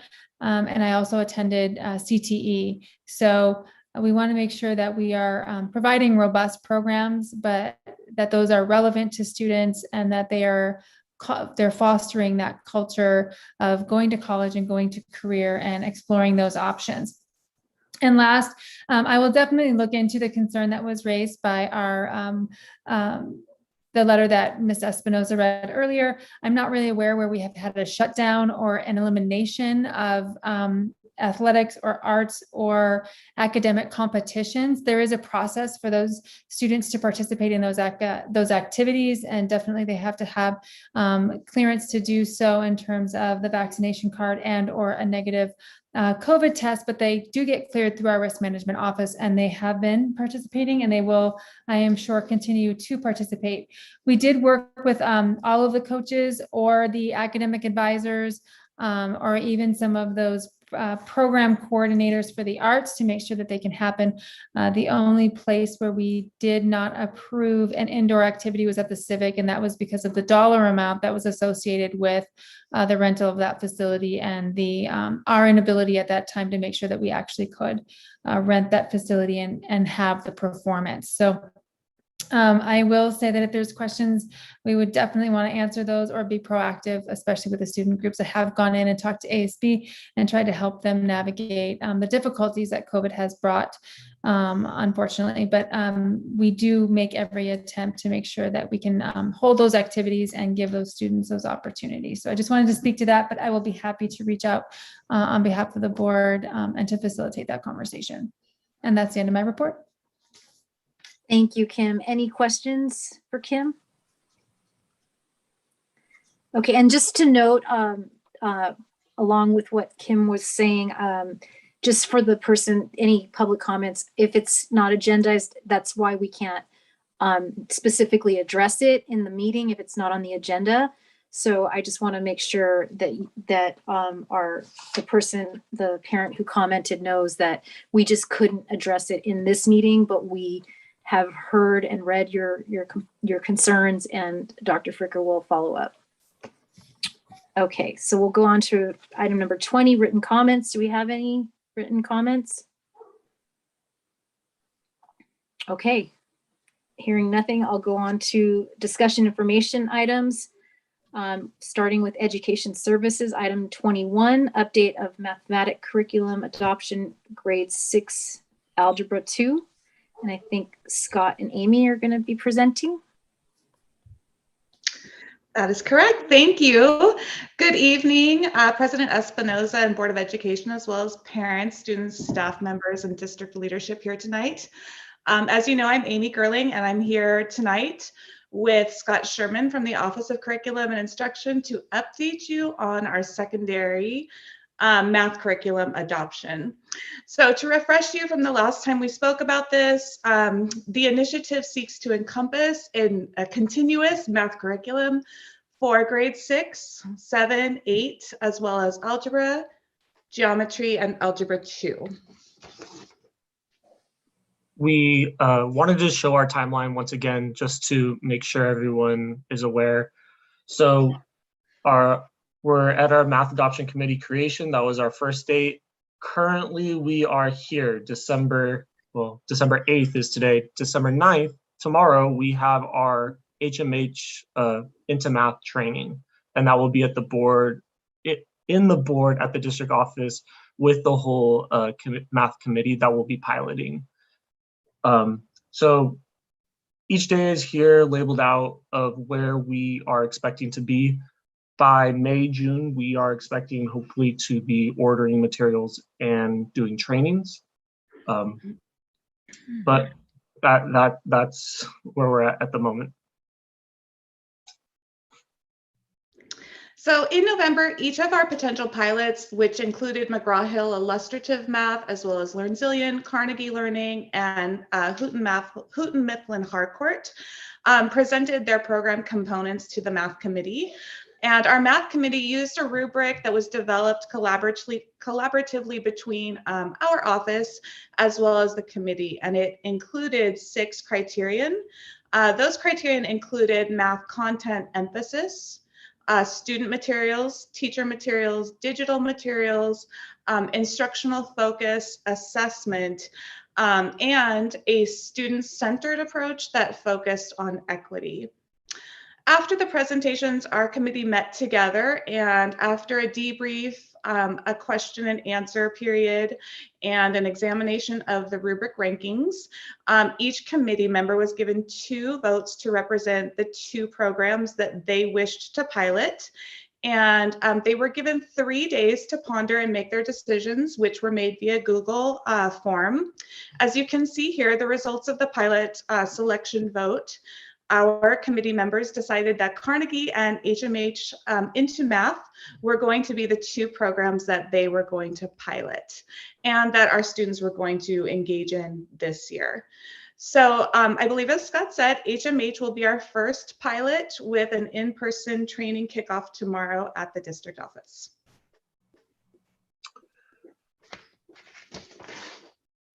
Great. Sorry. Are we on? Not yet. Sorry. Okay. Good. So we just want to refresh everyone about what schools will be involved, which teachers, which grades again. So the schools are Longden, Cloverly, Emperor, the Virtual Academy, Oak, and the high school. Courses, as Amy said, is 6th grade through AGA. Our teachers are going to be listed here, and then it's going to affect about 700 students approximately. And one more. Some of the details that you may wish to know are some of the unit studies that our teachers will be teaching. They are going to select, or they have already selected, I'm sorry, 1 unit of study that they will present to the students with the fidelity to the program, meaning that the unit of study will be presented exactly as intended by the publisher, from the invitation into math through the lessons, and then using the assessments presented from the program. So throughout the pilot process, the teachers will have the opportunities to engage in a discourse about the materials, the units of study that they are piloting. And just to point out to you, we have several common units that will serve as points of conversation as they share commonalities. From our 6th and 7th grade levels, we can see that teachers will be connecting on points that have commonalities for rates, ratios, and proportions. Our 7th and 8th grade math teachers will have meaningful conversations as they work on the progression of math through Algebra 2 as related to the standards for exponents. So we're looking really forward to those deeper conversations about how the math vertically aligns as well as horizontally. And with that, we are happy to take any questions. Do any fellow board members have questions? And they go back to gallery view. Oh, yes, of course. Sorry. Yeah, I was happy that you had mentioned that there was a digital part, and I'm glad to see that the Virtual Academy is included in this, because we do have a goodly number of students who would be using these materials. And also I noticed that you did have a special, I know at least one of the teachers on that list is a special ed teacher. So I'm glad that that all the different areas are being, excuse me, you have that everybody's being included in the pilot. So I think it's very positive to see both those included. Thank you. Absolutely. Anyone else? All right. Thank you, Scott and Amy. We'll move on to item number 22, update of course proposal, ethnic studies at TCHS. And that's you, Scott, you're on. Yes, it is. So the last time that we met for the board, Mr. Saxon, the history teacher at the high school, and I presented on the ethics study as an introduction of a class that will eventually become a course at the high school. After talking with multiple stakeholders and taking a look at our own time frame to potentially get it on to the 2022-2023 course offerings, we felt we were going maybe a little too fast. And so we want to slow down a bit to do a better job of developing a curriculum that works best for Temple City Unified. And so we now have a timeline of what we are now aiming to get it onto the school year 23-24 potentially. And so in the spring, we're looking to actually create an ethics studies committee that will then in the summer and fall develop curriculum and refine it. And then hopefully we are recommending to the board in winter 2022. Even though we are slowing down a bit, doesn't negate the fact that this is still a course that is going to be required by California law, AB 101.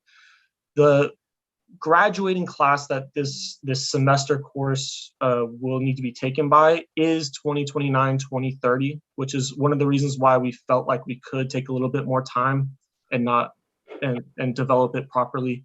That means the freshman class 2026-2027 are going to be the first ones that would need to take this semester course.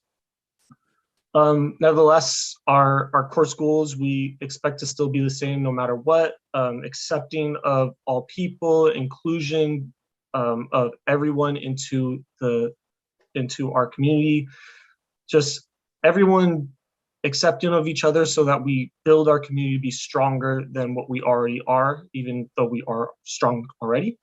And then just the respecting of each other's cultures and accepting of everyone. And with that, I'm happy to take any questions that you may have. And I will stop screen sharing so you can see everyone again. Great, thank you. Board members, any comments, questions? Melissa? Yes. Donna. I just was curious if you have any idea, Scott, who would be included in your committee? Well, with a committee, we always want to get teacher input, we want parent input, student input. So we're still developing of who would those committee members would be. So I can't give you definitive answers, but we are looking to get all stakeholders involved. I can add on to you that the teachers that would be selected for the committee would actually have to go through TCEA and be selected through their process. So that does take a bit of time, and we want to make sure that they have plenty of time to reach out to their staff and select those teachers. I did want to ask a question about the timing, because I might not have understood it correctly. So I understood from the timeline that in 2022, like a presentation would be ready for the board, or a recommendation or some information related to what was decided about that course in 2022. But then later I saw something that said that freshmen of the year 2026 would be the first class. So we're gonna, after 2022, is the plan to move forward with the course? It's just not required until 2026. Is that what it is? Okay, all right. Yes, that is going to be the plan. Okay, great. Thank you. Any other questions? All right, thank you, Scott. We'll move on to item number 23, Educator Effectiveness Block Grant, section 41480A. And Chris Holmes is going to talk to us about that. Hi, thank you again, President Espinoza. I'm going to go ahead and share my screen and go through the presentation that we are required to deliver to the board today. Okay. Thank you so much for your patience.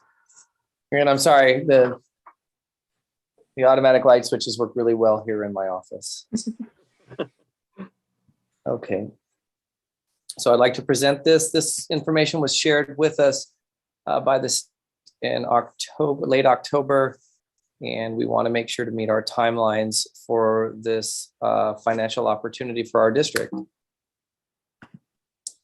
So the Educator Effectiveness Grant, or EEBG, the Educator Effectiveness Block Grant, Ed Code 41480, providing funds for districts to train personnel, whether it's teachers, paraprofessionals, administrators, and staff, to better serve our students on a number of levels, and I will show you that in the plan. And so there are two parts to this. Today I'll be presenting our plan, and then we will circle back here in a few weeks to decide if we are happy with the plan. You can see where we discuss here the funds can be expended over the next 5 years. So the monies that we're talking about are going to be spaced out over a 5-year period. It's not just 1 year. We are required each year, and Connie will appreciate this, to make sure to document our expenditures of monies and an audit. So we will do a nice job with that. So a school district, county office, a school district or county office of education, charter school, etc., shall expend funds apportioned pursuant to this section, the grant we're talking about, for professional learning for teachers, administrators, paraprofessionals, people who work with pupils, and classified staff who interact with pupils. And so on the next slide, we're going to start talking about the areas. But according to the information we received, TCUSD has been allocated access for the opportunity to use $1.125 million over that 5-year period for teacher and staff training. So then we looked at each area of the plan to try to find areas that we would use this funding for to support our teachers and staff in training. And so in area 1, this area, the state has us focusing on the process of coaching and mentoring of serving in an instructional setting and beginning teacher or administrator induction. So this is in alignment with programs that we already have in place. And so this funding will support us in those areas, both with the coaching and mentoring of our administrators, as well as the induction program for our teachers. So we can see here over the next 5 years, we've at this point in the plan estimate that we would allocate $225,000 over that 5-year period for that. Do I have any questions on this first slide? Well, this first area, excuse me. Okay. And then in area 2, programs that lead to effective standards, aligned instruction, and improve instruction in literacy. And so we want to provide our teachers with high quality professional development in the areas of literacy training to support the discrepancy in student reading levels as a result of the COVID pandemic that we anticipate. And you can see our dollar value that we've allocated for that area. Then we go to area 4, strategies to implement social emotional learning, trauma-informed practices, suicide prevention, access to mental health services, and other approaches that improve pupil well-being. So we want to make sure we are appropriately training all of our staff in these practices, both in their classroom practices, as well as strategies that can serve to mitigate the impact of the trauma that our children are coming into school with on campus and into classrooms that is affecting their ability to learn, their peer relationships, their interaction with their teachers, and also just their self-concept. We want to do everything we can to support our students who are experiencing, have experienced trauma, may experience crisis, but it may just be impacting their learning. And that is area 4. In area 5, we focus on practices to create a positive school climate, including but not limited to restorative justice practices, trainings around implicit bias, providing positive behavioral supports, multi-tiered systems of support, transforming a school site's culture to one that values diverse cultural and ethnic backgrounds. Obviously, this is an area that's very important to us here in the Temple Unified School District and very important in education.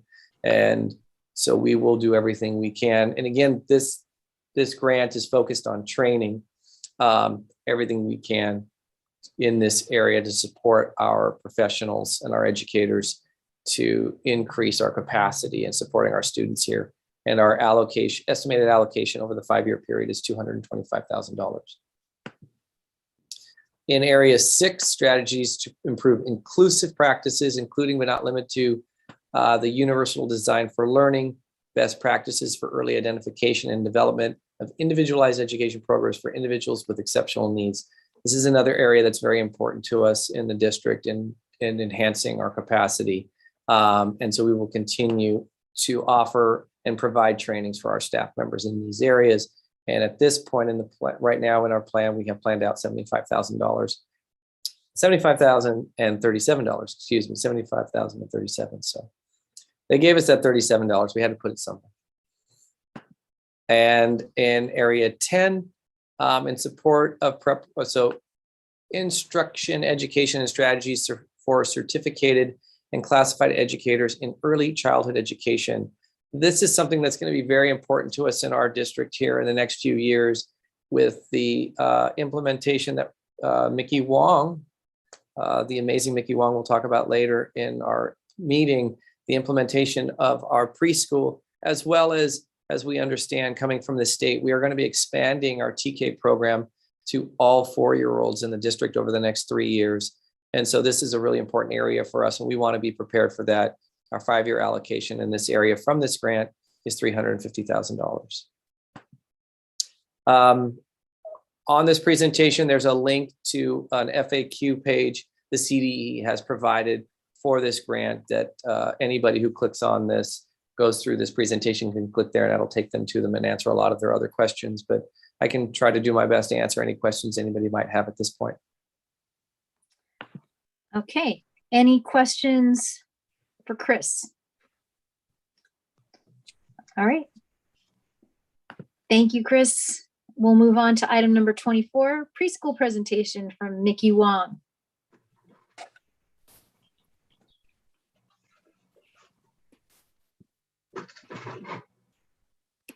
Do we have Mickey? Yes, sorry, give me 1 second. Let me just share my screen. Okay. Thank you, President Espinoza and members of the board. My name is Mickey Wong, and I'm the Director of Child Development Programs. I'll be presenting our district's plan for the expansion of our Child Development Program. Our facility, formerly known as the Dr. Doug Sears Learning Center on Pentland Street, will be the new location of our district's preschool. We currently have our special education preschool at Emperor Elementary, which will be relocated once we open our preschool. We've thought a lot about the logo and wanted something fun and unique to our district. Our purpose is to build and contribute to the community through quality programs.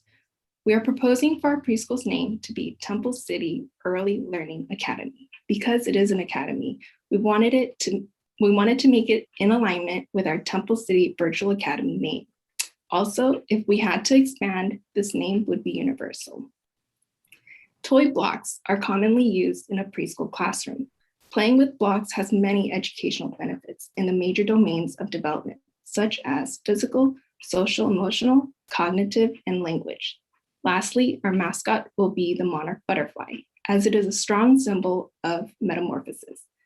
Butterflies can help teach kids to manage change and transformation. This logo represents the program as a whole because of the symbolism. Our preschool will be the first step for parents to take as they start their journeys in our district. Our preschool program will be offered to potty-trained 3-year-olds to 5-year-olds and special education preschoolers. In order to name the preschool, we will need to form a community advisory committee to review the name and recommend it to the board for approval. This is in accordance of our board policy 7310. I'd like to share our timeline from December 2021 through August 2022.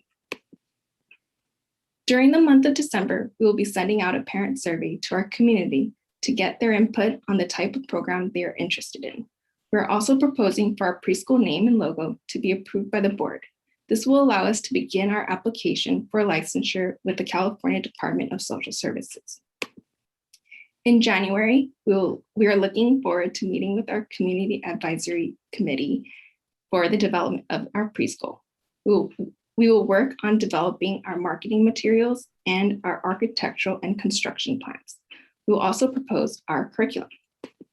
Before we know it, February will be right around the corner, and our team will be developing the job descriptions, staff and parent handbook, and begin the distribution of our advertisements.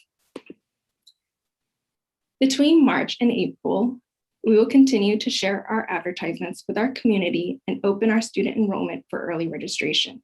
The construction projects to our facility are proposed to begin in March. We're hoping to safely open our facility for tours and post our job positions in May of 2022. Our home stretch months between June and August will include completing the fire marshal inspection, setting up our facility and classrooms, providing teacher and staff training, and finally, the projected opening day of our preschool will be August 24th, 2022. Here's a brief overview of our facility map.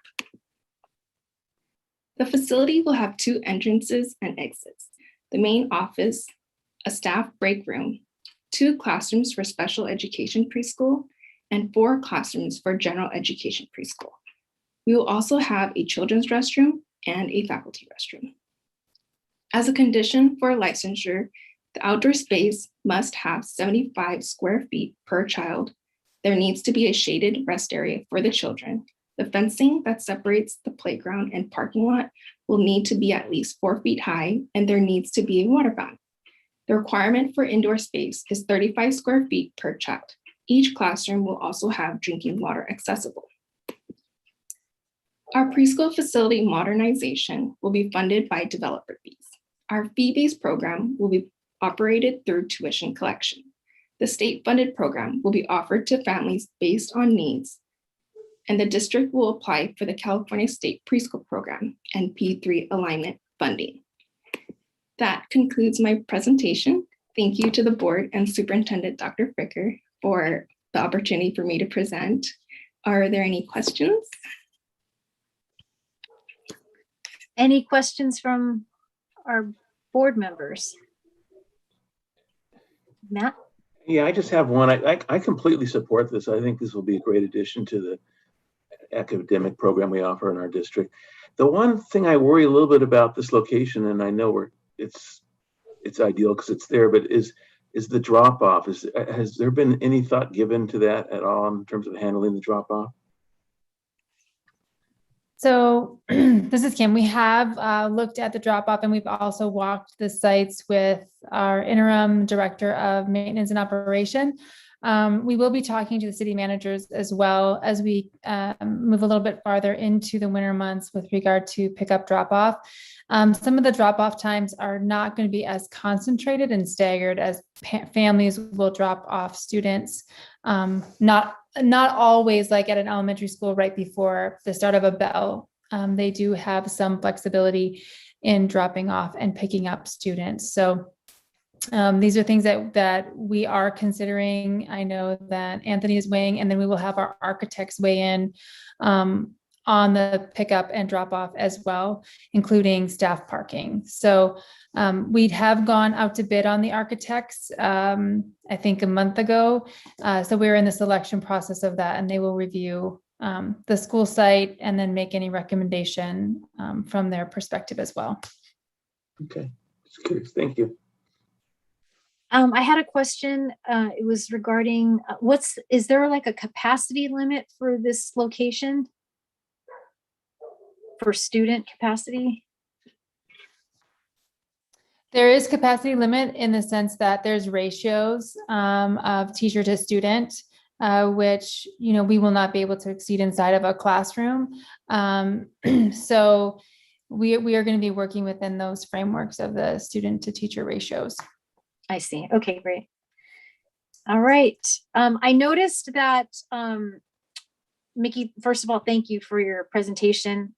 It's very exciting. We're super excited about this, as you are, I'm sure, and as we all are. But I did notice that you mentioned the preschool name and logo. Are we okay to consider item 25 discussed already? Board members, you can chime in. Are we good with that?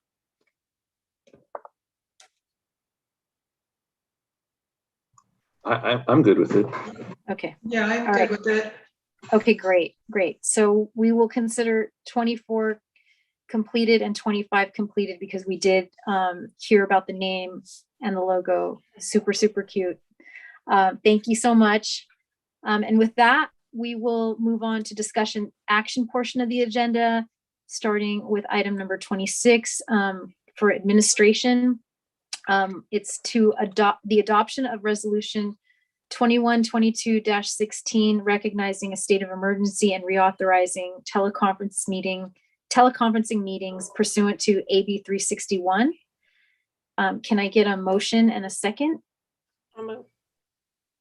Okay, that's motion by member Sneed, second by member. I'll second. Georgino. Okay, Georgino. And any discussion? Okay, it's pretty straightforward. Let's go to the vote. Preferential vote, board member Lee? Yes. Yes, okay. Member Lynn? Yes. Member Smith? Yes. Member Sneed? Yes. Member Georgino? Yes. And I'm a yes. That passes 5-0. Thank you. Item number 27, receive board policy for second reading and approval. I'll make that motion. Okay. And so member Smith is motioning and second, I'll second. by Donna, member Georgino. And I think because we've talked about this, but does anybody need a recap?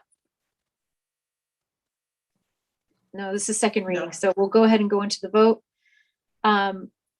Preferential vote for student board member Lee. Yes. I'm a yes. Member Smith, Yes. member Georgino, Yes.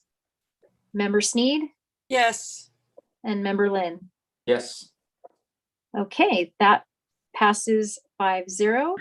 Moving on to 28A, we are approving the opening of a public hearing to pre-map hearing, gather pre-map input on trustee areas. And we have Kim to talk a little bit about this one. So as you know, in accordance with CVRA. Oh, do I need a Did you want- motion? Did you want to I need open a the motion public hearing? first, right? Yeah, I'll move to open up the Oh. public hearing. Okay, so member Smith motions to open the public hearing, and I think, was that member Lynn? Yep. Okay, and then we'll take a vote. Member Lynn, Yes.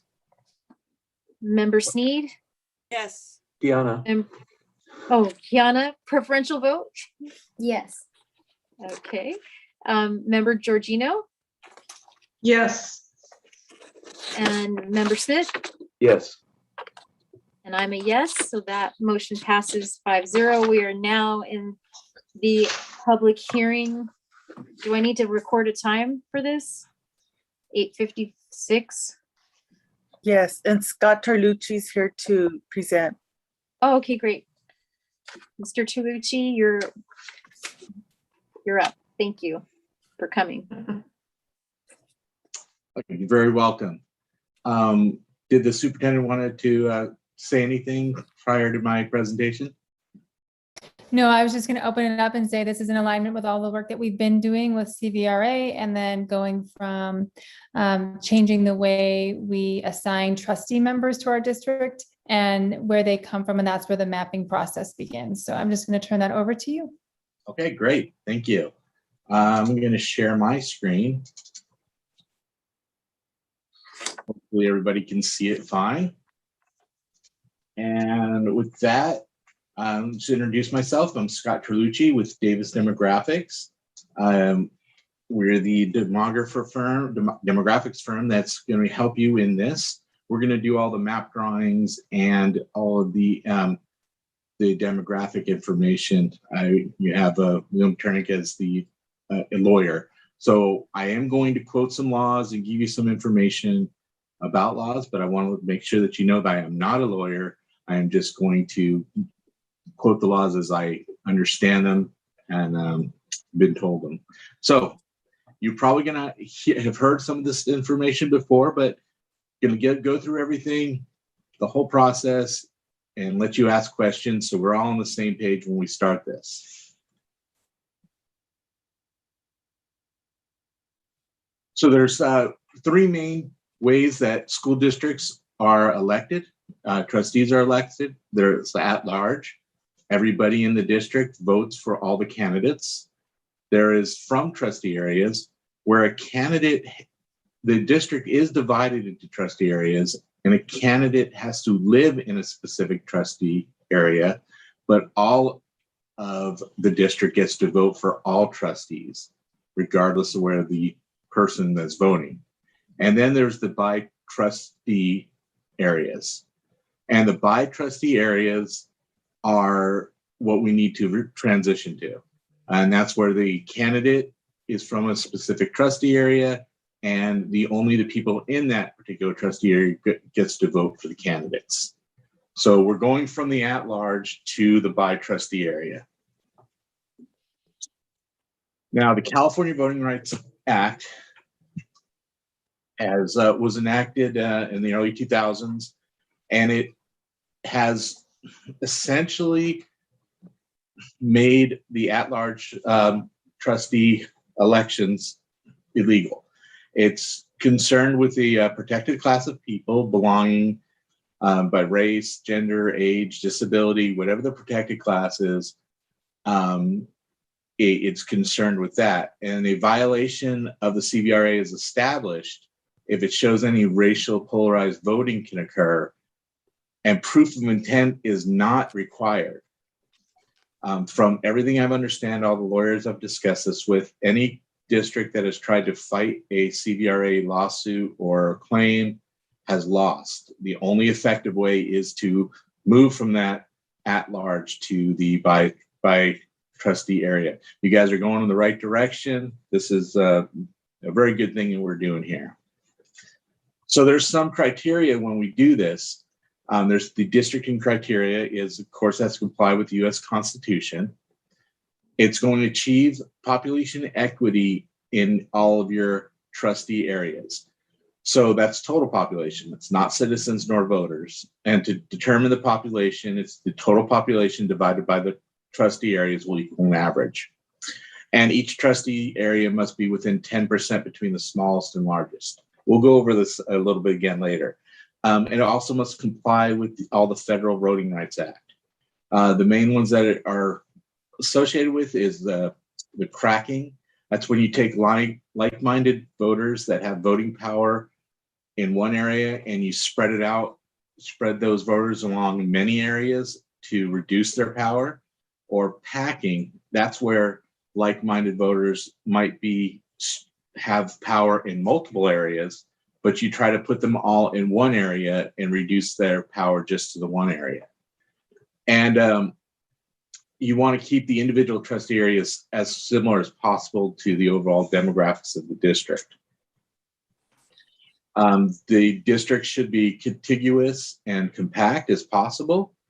We've all seen the gerrymandering line from, civics class or social studies, and back in high school, the old gerrymandering issue. We can't do that. That has to be due. We have to maintain local communities of interest. That could be race, language, rural. It could be needlepoint. If a community identifies as a local community of interest, we try to maintain those and not split them up, keep them in the same thing. And location of incumbents may not be a sole factor, and it's reviewed every 10 years. So the CVRA transition process, we're in the first part. We've held, I believe now this is the 3rd pre-map meeting. This informs the community, gets the input from the community, lets everybody know what the process is. There's going to be eventually 2 public hearings, at least, and there has to be a scenario maps made, and each scenario map has to be published at least 7 days prior to the public hearings. the lawyer is going to come up with a potential sequence of elections. And then again, once those public hearings happens, if there's any changes to any of the maps, they have to be published also. We want to get the information out. It's even more strict than the Brown Act. You have to have 7 days, not 3 days. And you have to get that information out as soon as possible to give the public time to review it and have comments on it. So that was all the lawyery stuff there. And now it's more, back into my wheelhouse, the Temple City USD demographics. So I've overlaid, we do have the 2020 census population from the state and from the Census Bureau. And we've overlaid that on the district. And it's there's total population of 2020 census is 35,669 population. Of that, 63% is Asian, 0.2% is American Indian, Alaskan, 1.1% is Black or African American, 18.1% is Hispanic, Latino, Native Hawaiian, Pacific Islander is 0.1%, and white is 14.4%. 2 or more races makes up 2.2%, and other is less than is about 0.5%. So that's your overall district demographics at this point of the 2020 census data. So we also look at the CVAP data. You'll hear me say CVAP, but it's the Citizens by Voting Age Population Estimate. This is not a hard number. This is an estimated number from the Census Bureau, estimated between 2015 and 2019. And it just gives you the breakdown of the same racial breakdowns of the number of voters in each of those racial classes. It's as an informational. So I've also included, this is from ESRI. It is an informational piece, gives a breakdown of just some of the characteristics of the demographics of the district, your historical trends, the number of households, the median household income, the median age. So this is an estimate from ESRI. So if somebody's looking at this and sees the 35,089 versus the 36,000 that was done in the actual census, this is an estimate really based on the 2010 census. It is not the actual census. We're not using this for anything other than information and just give you an overall view of what your population trends and key indicators are. So let's get down to what the data we have. What we're using is 3 sets of data. The first set of data is on the right side and is the census blocks. The census blocks are what we're going to use to create the trustee areas. From each of that census block, we have a set of data for the actual population and racial breakdown, and that's from the Census Bureau. It was released in late September 2021, and that's what we're going to use to determine the population. It was released to the state of California, and that has been adjusted, and it has been adjusted to put incarcerated population back into their home area. So this is what's called the adjusted PL 94, if you ever want to get technical with it. So we've got the geography, we've got that adjusted population data, and then we have the American Community Survey, the citizen voting age population. That's CVAP data I was saying. That's also joined to these individual census blocks, and that's used as a reference. So the census blocks, that's the smallest level of census geography.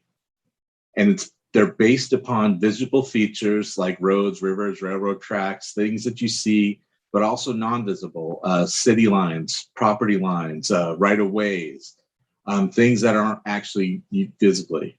They're adjusted every 10 years with the census. They're done automatically through a series of algorithms in a program that basically, I think only an MIT grad that is with a Cray computer brain would understand. But what happens is we get sometimes some really irregularly shaped census blocks. So we have to keep that in mind as I'm creating these scenarios. I might run into an area that's going to look a little funny, and it's for, like, example, this census block, which, you know, doesn't make a lot of sense of why that it's split the way it is, but there's nothing we do. These are our building blocks. This is what we have. So that's what we have to work with. So the process, I've told you about the steps that have to take as the for the public output and public commitment and comments. Excuse me. But then we also have to do my process and the demographic process here, and what we're considering when I'm making these and when we're looking at these boundaries. So one thing I want to stress, it does not affect any school boundaries nor student enrollment whatsoever. So I know a lot of people sometimes get worried about that, but it does not. It has no effect on it. Again, it must comply with the Cbra and have the population equity as nearly as practicable. And it has to have, that's based on citizens and not voters. So I'm sorry, it's not on citizens nor voters, it's total population in the census. And the total population is that 35,669 and divided by 5 trustee areas. So we're going to look for trustee areas around 7,200 population each trustee area. That's going to be my goal to get. And each area must be less than 10% between the smallest and largest. So what that means is if the absolute largest one trustee area is 3% over that average of 7,200. And then the smallest one would then have to be less than -7%, because +3 and -7, that's 10% difference. So you've got to be within that variance. So if 0 is the middle part, you can go 10% up to 10% up, or down to 10%, but you have to be within that 10% range between the two. And that was from a Supreme Court case recently reaffirmed again. So you'll hear me call that the variance, the smallest and largest variance. So that's what we'll be talking about when we say variance.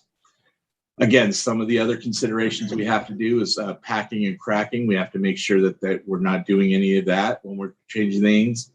We can make the voting district should be contiguous and compact, and we can follow administrative lines if possible. Again, we have to maintain local communities of interest in the protected class.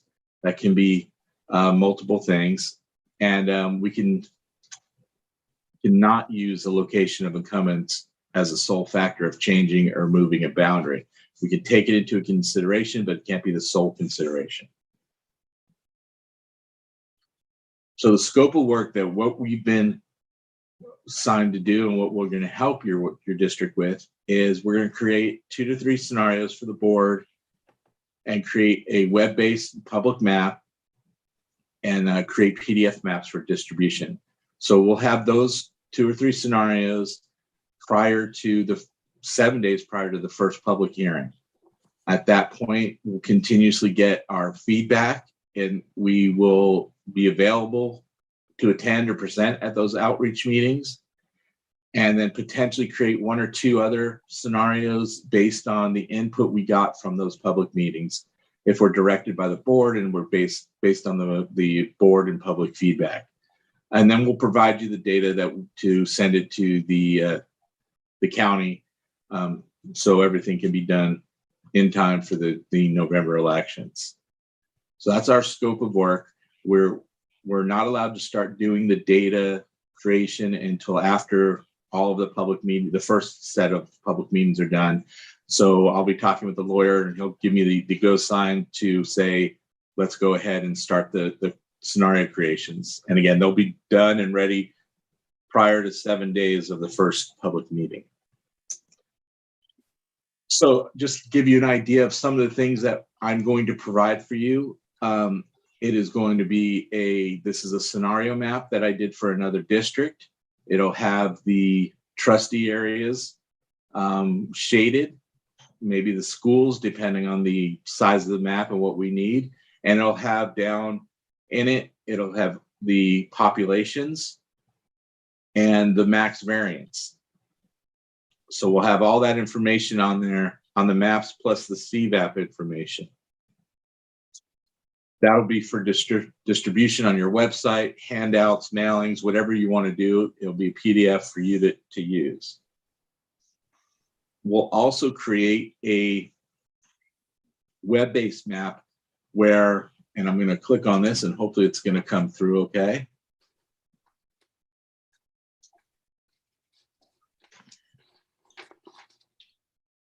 This web-based map will be able to have a splash screen with some instructions. The public will be able to go through, look at these individual maps, zoom in, zoom out, compare the trustee areas, compare them to each other. So this is scenario A, this is scenario B. This happens to be an area, trustee area that we already have trustees. They can put an address in and they can zoom in and see where they live and which scenario they're at, which trustee area they're at. They'll also be able to click on it, download a map, and download the information. So that'll be provided also. And then finally, our first steps tonight is I need some direction from and input from the board, if there is any, things you would like to see, any ideas, any requests. I'm sure you've all thought about it, what you think need to happen. And nobody's going to know your district better than you. So before I start drawing lines and giving you scenarios, I would want, of course, input from the board and then input from the public. With that, I am open to questions. Okay. Do we have any public comment? I think Marie has checked and said there are no public comments, but do we have any board member comments? I do have a question. So Scott, thank you for the presentation. Now, just for clarification, the variance is based on population and not the count of registered voters. Is that correct? Correct. Okay, thank you. Yeah, so I have a follow-up on that, if you don't mind, because I know this is sort of a broad generalization and we're not supposed to do that, but it seems to me that people who live in apartments, and there are areas where apartments are clumped together, are probably more transitory and probably maybe not participate in the voting process as much. Do you think there's any truth to that statement or whatever? That is a very general statement. I really can't speak to that. And that's why this is done every 10 years. And it's done by population. So yeah.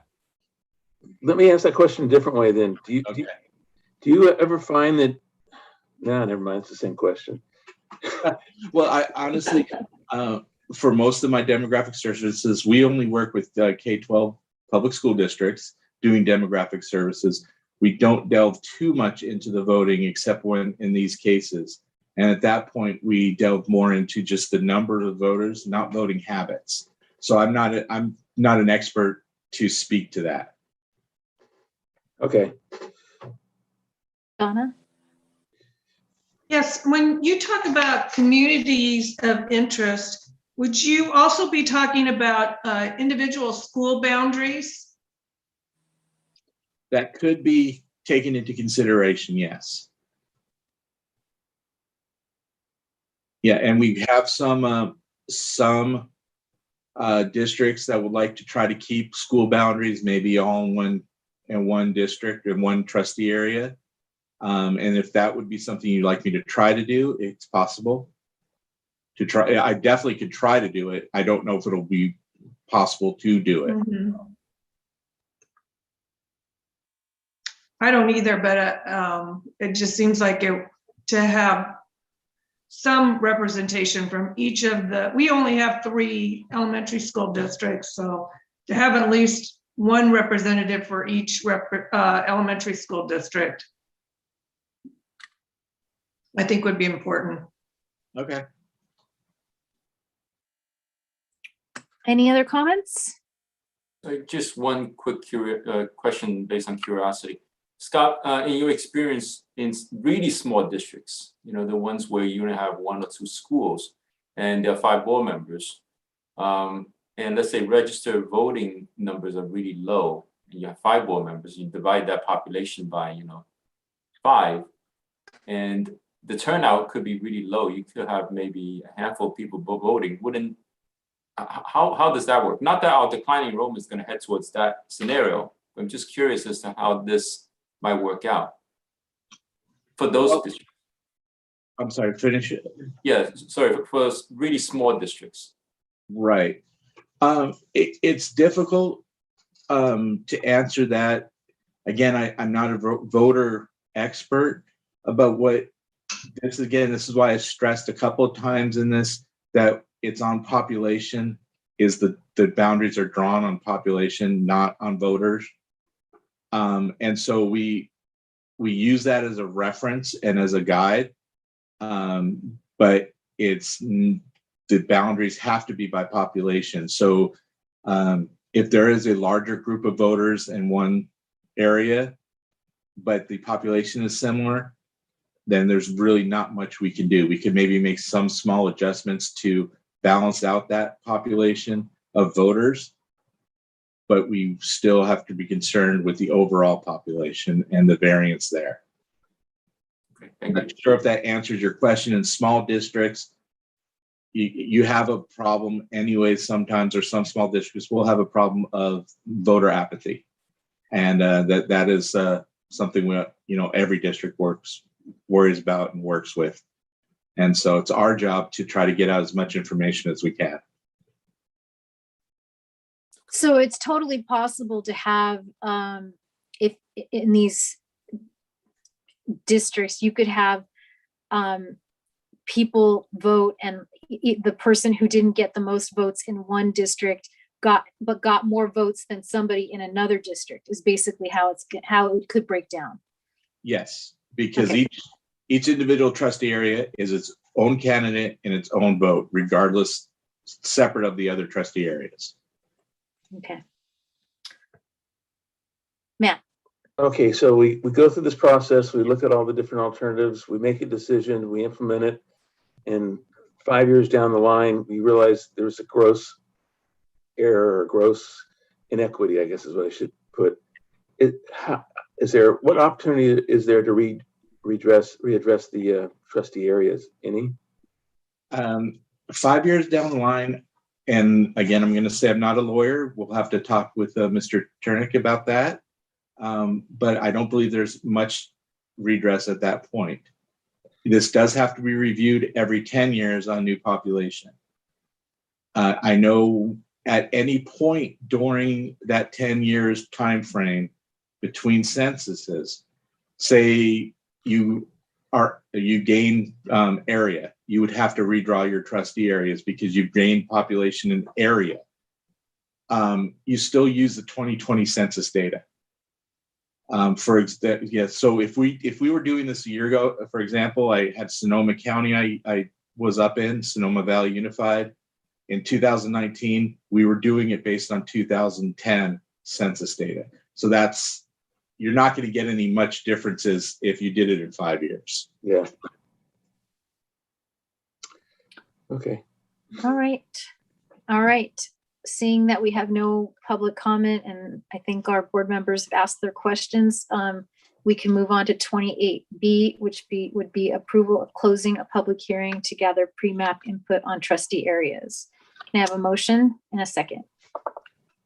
I'll move. Okay, so I heard Matt Smith give the motion, Donna Georgino get the second. And we'll move to the vote, preferential vote by student board member. Yes. Lee? Yes, okay. Member Georgino? Yes. Member Sneed? Yes. Member Lynn? Yes. Member Smith? Yes. And I'm a yes. So that passes 5-0. The public hearing is now closed at 9:23. We'll move on to educational services. Item number 29, approval of a community advisor committee for preschool development, which I think we talked about that already. So I think, are we okay to go to the vote?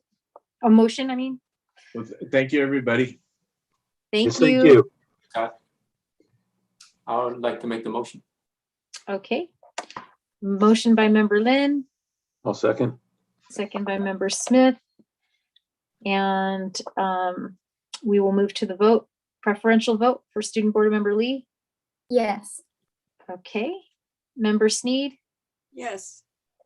member Lynn, Yes. member Smith, Yes. member Georgino, Yes. and I'm a yes. So that passes 5-0. We move on to item number 30, approval to apply for the California Department of Social Services Child Care licensure, which was discussed in the discussion information section. I don't know, Kim, did you want to say anything more about that? Yes, we just need approval to apply for the licensure, and then we will go through the processes to actually submit that application to begin the process of licensure for the preschool. Okay, can I have a motion and a second? So moved. Second. We got member Smith and as the motion and seconded by member Lynn. And we will go ahead and move to the vote. Preferential vote for student board member Lee. Yes. I'm a yes. Board member Lynn. Yes. Member Smith, Yes. member Georgino, Yes. and member Sneed. Yes. Okay, that passes 5-0. Let's move on to business services. Item number 31, approve the 2021-2022 first interim financial report.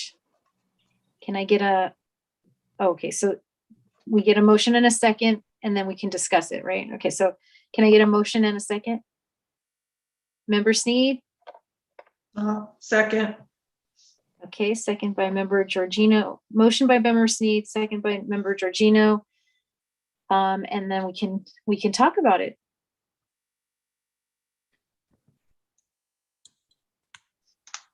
Good afternoon, this is Oh, wait. Connie. I Do I tried need to, it's okay? Okay, I'm good. sorry, go ahead. I'm sorry. We got the motion, we got the second. You can talk about it. Okay. Thank you. I'm trying to share my screen and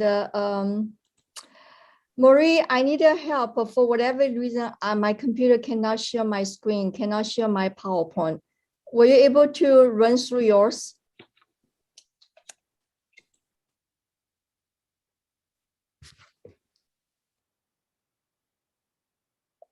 Sorry, I have some, for whatever reason, my computer will not allow me share my screen which has a PowerPoint. Let me just quick text her. Marie, if you're speaking, you're muted. Nope. Okay. Let me text. Yeah, let's text. Does anyone else have the report on their computer that they might be able to share? I don't, but Connie, if you can send it to me, I can probably pull it up on mine. Yeah, I will do that right now. Okay. I'm doing it. I'm loading it, but I have two screens. Hang on. Okay, thank you, Marie. Sorry. Okay. I will have Andy and take a look at tomorrow for my laptop. Can we maybe go on to item 32 and then? Okay. Yes, yeah, I can do sounds- that.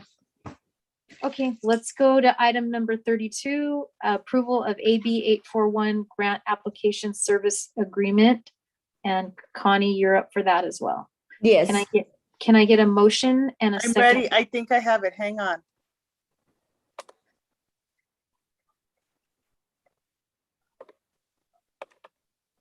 Here we go. Okay. Okay. Okay, good evening,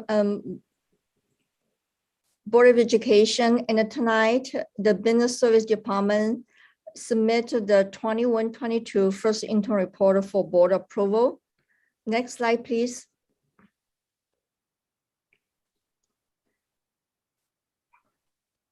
Here is the overview for tonight's presentation. We will briefly go over the adequate requirement and the assumption the district used to prepare the first interim report and our highlight for the district budget and as well as the next step. Next slide, please.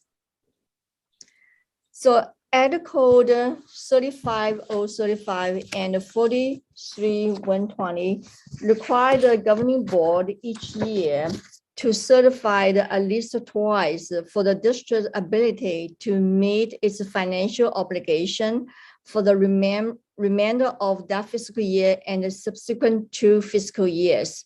The deadline for the first interim report is December 15, which means that the Board of Education must approve the first interim report on and before December 15, and the district has to submit that report to legal by that deadline.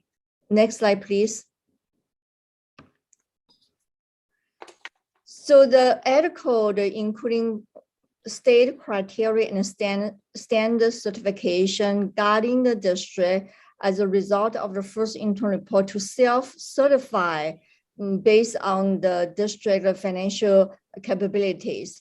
Positive certification, which means that the district will meet its financial obligation for the current fiscal year and the 2 subsequent fiscal year. Qualified is the district may not meet its financial obligation. Negative, which means that district will not be able to meet its financial obligation for the current and next 2 years. Next slide, please. The district budget cycle starting back to June when the board adopted 21-22 school year budget. We are moving to the next step, which is December. We will prepare the first interim report for the board approval and submit to the county. And the next budget cycle is the second interim report, which is due to the County Office of Education on or before March 15th. Next slide, please.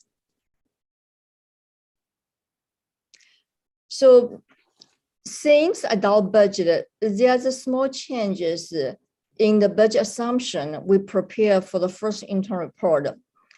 The good news is for the lottery funding for both unrestricted and restricted, the district will have more funding per ADA, increase from adult budget for $199 to $228 per ADA, breakdown by $163 per ADA for unrestricted funding and $65 per ADA for the restricted funding.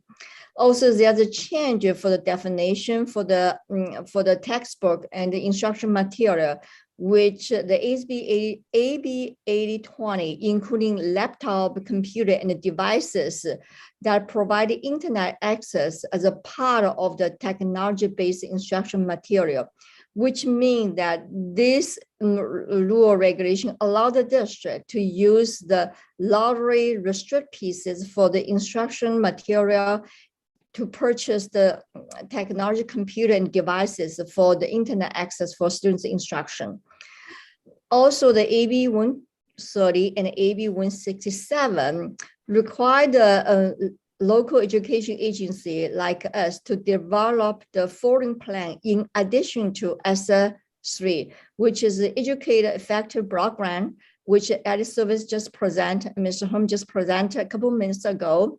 And then A to G completion improvement grant, which due on April 1st, 2020, and the pre-kindergarten planning grant, which is due at the end of this fiscal year. Next slide, please. So for our district first interim highlight is based on October 6th census data enrollment, the district revised our enrollment projection. And because of this year, right after the COVID pandemic, our attendance ratio compared with pre-pandemic, we are 1% lower. Pre-pandemic, our attendance ratio, which is above 97%, which is pretty normal and in the higher range. But right now we are over 96%. So personnel cost, we increased the budget for the personnel cost because additional support, including cleaning, as we study in-person instruction this fiscal year. And the good news is, unlike the adult budget, we were able to balance the budget for the two programs, which is a child development program and a cafeteria program. And I fully aware of the risk underneath these two programs because the cost is higher compared with the revenue generated. And we will continue closely monitor this program, and I will closely work with those program directors, make sure that those program is self-supported. Next slide, please. This slide is compare adult budget versus first interim report, the attendance, the enrollment. From 1819 to 2021, the first 3 years is actual. So because this is the past years, we know the actual enrollment. And the 21-22, the first blue bar is adopted budget. We project 5,394. Unfortunately, on October 6th, our district enrollment is 5,247, which is 147 students fewer students, which is represent 2.7% lower. I really wanted to bring the public attention, compare with 21-22 Pbis census data number versus the 1920 pre-pandemic. We're starting with the 5,617, which is that first Wednesday of October, which is pre-COVID-19 pandemic, versus right now, we have 370 fewer students. That's the impact for our enrollment as a result of COVID-19. So we will closely monitor our enrollment, and at the second interim report, I will definitely adjust our enrollment accordingly if starting beginning the second semester, we do have more students showed up. The lower of projection for the first interim report, it will impact the next 2 years enrollment. As a result, in my late slides, we can see the impact of a revenue side because of the decline in enrollment. Next slide, please. I updated this interim report, the assumption, compared with the adult budget. As I mentioned earlier, I adjust the lottery funding. You can tell that the first column is adult budget, lottery funding, and then second column is first interim report. I increased the per ADA funding for both restricted and unrestricted accordingly based on the new guideline. The rest couple of row has not been changed. Mandate block grant, the funding is the same. Employee benefit and the payroll, the step column is still same. The next revise is enrollment. As you can see, at the adult budget, we project enrollment for this year is 5,394.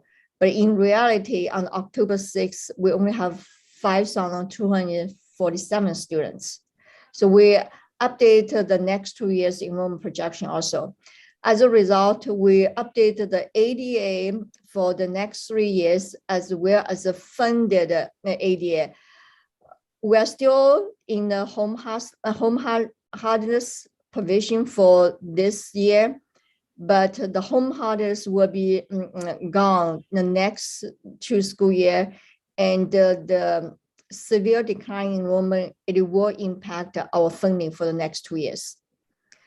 So the next slide is, I think probably the dollar amount did not present here, but I'm just verbally present here. So this slide is the revenue projection. The revenue projection compared with the first, the adult budget, we actually revised the budget, which including the carryovers when we closed the book for the 2021 school year. We also added the COVID-19 one-time funding, both the federal and state.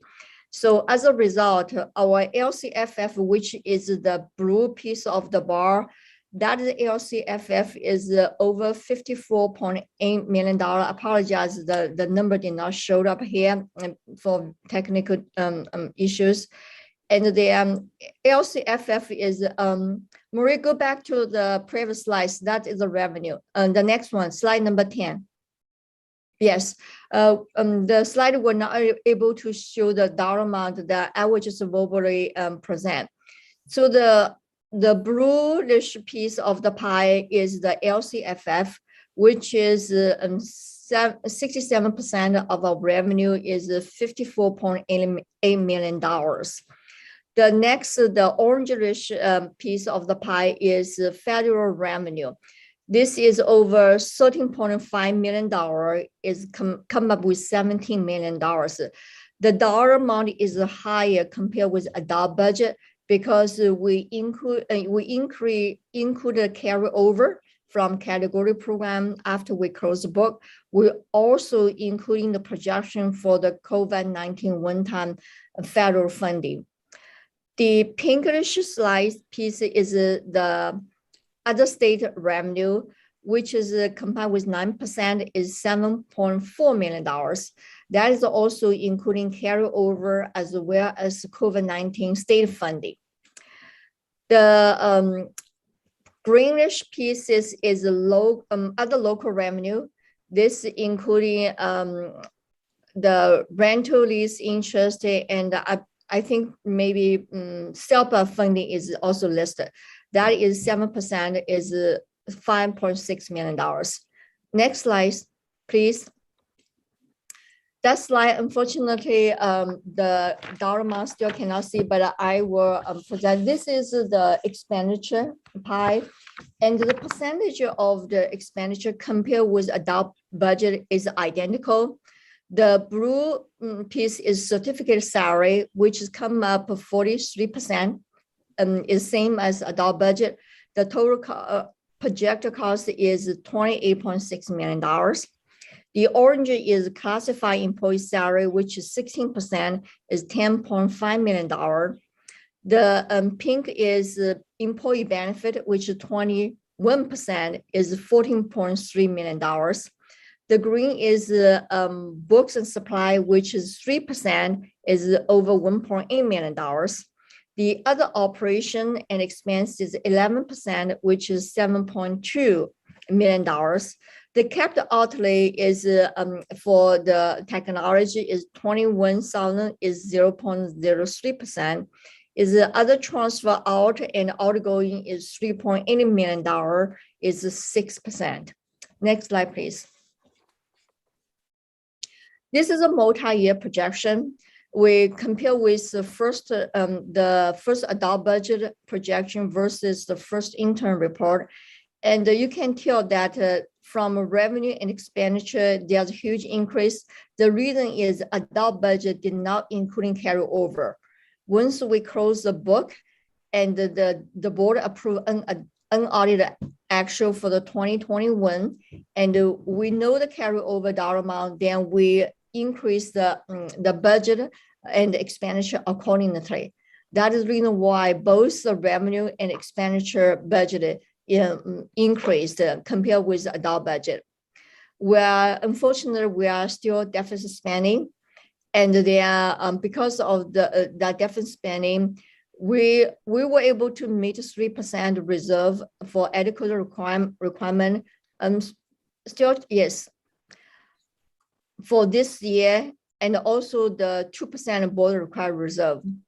Because of the decline in enrollment, unfortunately, although we can meet 3% adequate requirement for the next fiscal year, we're not able to meet 2% of board required reserve. We are short almost $900,000 for 2% board required reserve. We're not able to meet both reserve required by adequate and board requirement for the third year. Because of this, we were self-certified as qualified report and will submit the county as a self-qualified certification. Next slide, please. This slide lists the other fund. We're starting with the Students Activity Fund 8. Fund 8 is because of new Gatsby 84,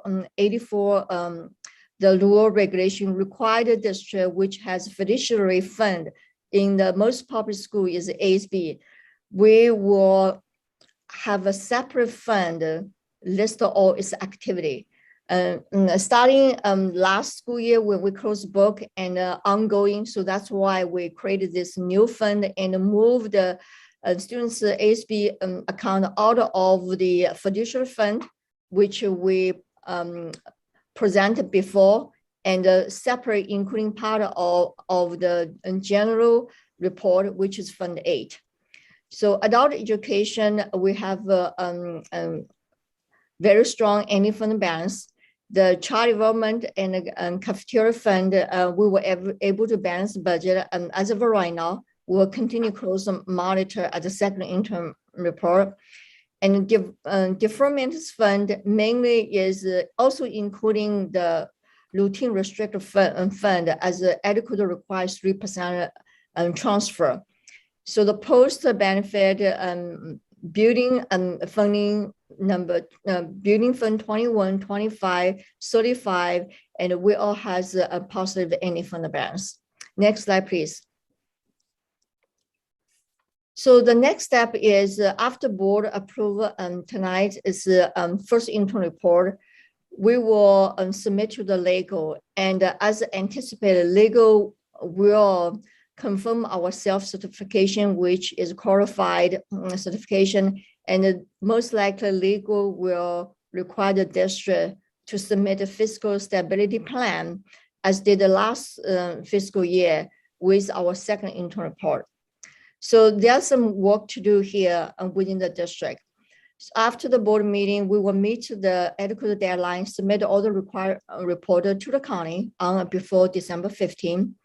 And we will jump into the work starting prepare the second interim report right away, which means that we will provide you training. We have a lot of new face in the side in the district office. We will provide the budget account stream training for the side administrator and the office manager right after the holiday.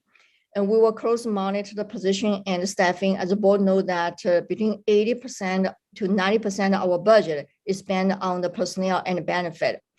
And we will look at our budget practice and revisit those set aside funding to see where they still needed, and we will adjust accordingly.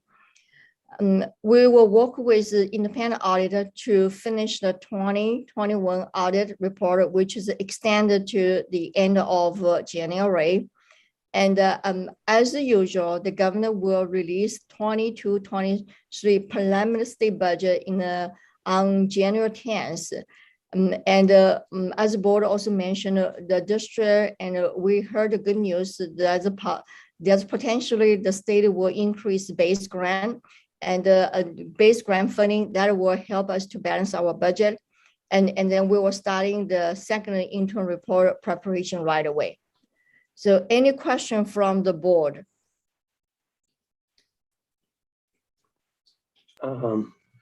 Yeah, actually, I do. Okay. I was looking at the written narrative you provided. It's in the agenda. It's also tab number 1. Yes. And the one thing I can't quite understand, I looked around, is certificated salaries. We approved a budget of 28.6 million for 21-22, and it's now projected to be 33.3 million, which is a huge increase, 16%. Yeah. And then it drops down again in 22-23 pretty significantly. It drops down or doesn't go up much in 23-24. So I don't quite understand why the spike in 21-22. But the other thing is employee benefits took a big jump between the approved 21-22 and the projected, and it continues to increase even though certificated salaries are going down. It just seems counterintuitive to me. Okay, so thank you. Yeah. Yes, so thank you for the question.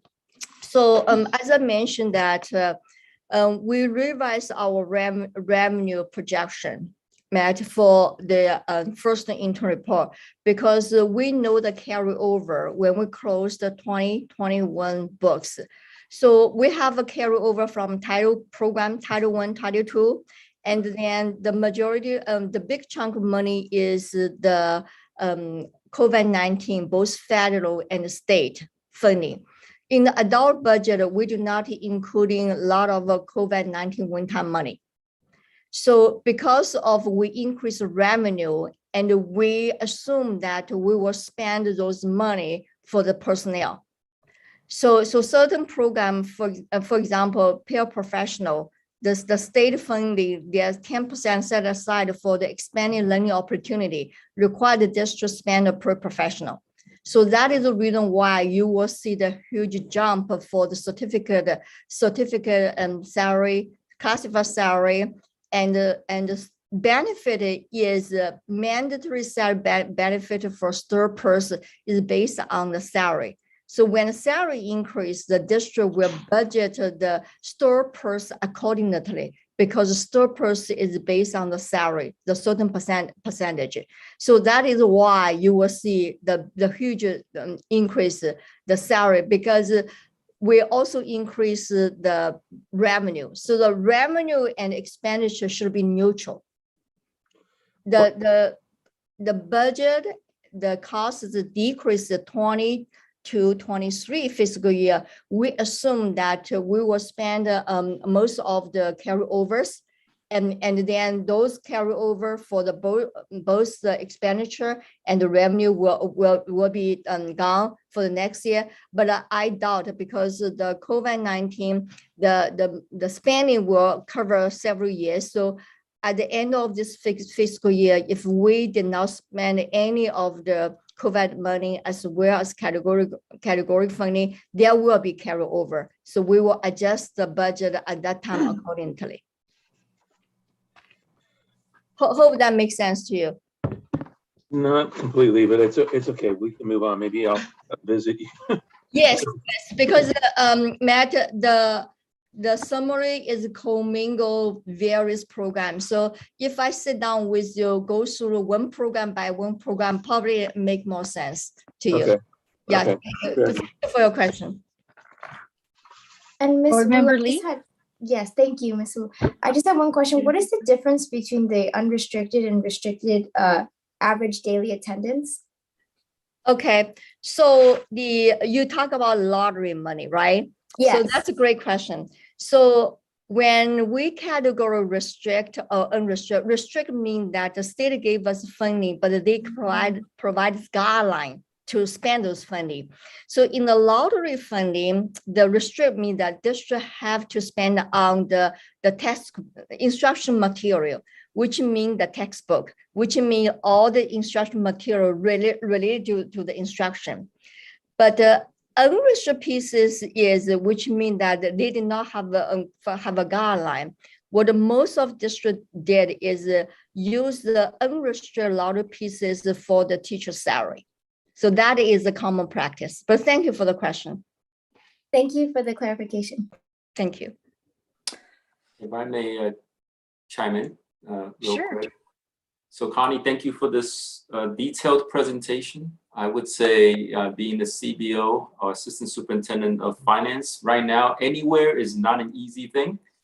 Now, my understanding is that we're qualified or self-qualifying because next year the projected 2% board requirement is not being met, number one, and also projecting to 2 years into the future, we're not going to be able to meet the 3% required economic uncertainty 3%, in addition to the 2% Temple City specific reserve requirement, right? So those are the 3 areas into the future that we may not be meeting. And there's an undesignated amount that's negative. But basically it's projecting next year, 1 area, and then possibly 3 areas in 2 years down the road. Is that correct? That's correct. The legal, I could the board has additional 2% budget reserve requirement, which is a very prudent decision. From legal standpoint, their main factor is the 30 year. We were not able to meet adequate request 3%.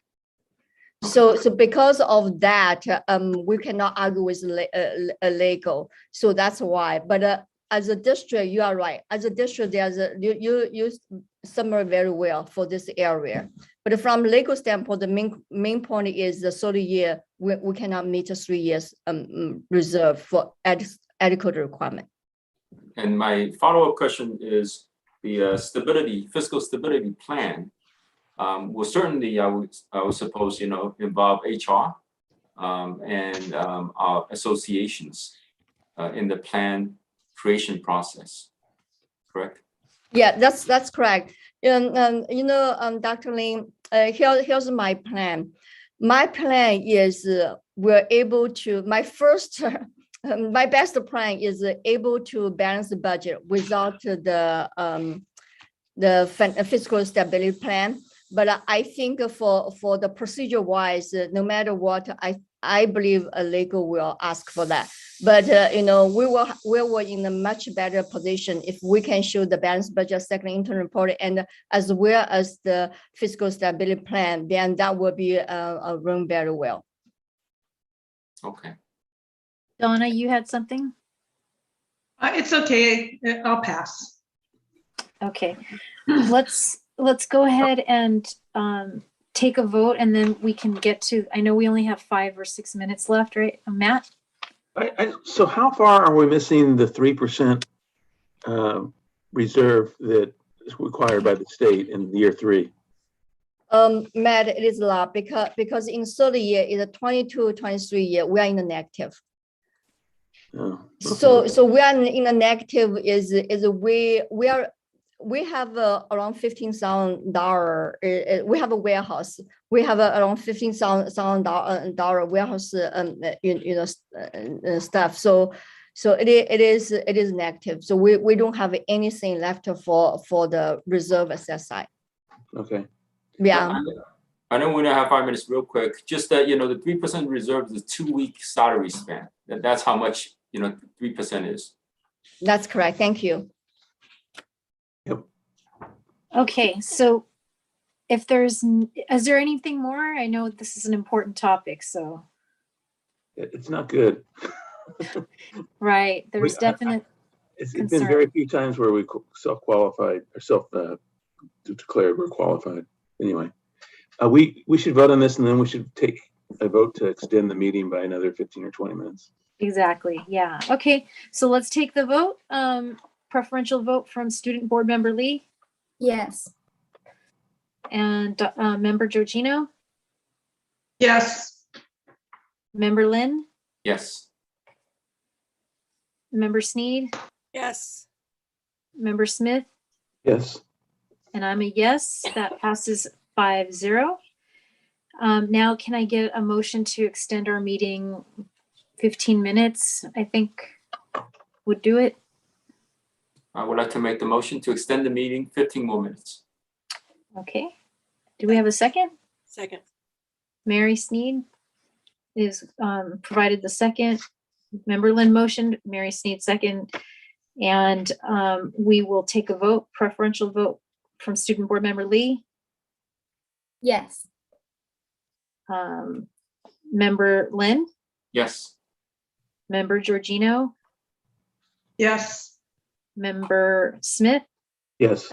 Member Sneed, Yes. and I'm a yes. So that motion passes 5-0. So we'll go another 15 minutes.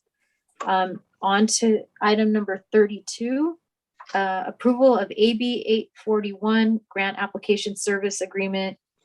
Ani, did you have anything to talk? Oh, sorry, motion first. I'm going to make the motion. Member Lynn with the motion and a second. I'll second. Okay, Member Smith second.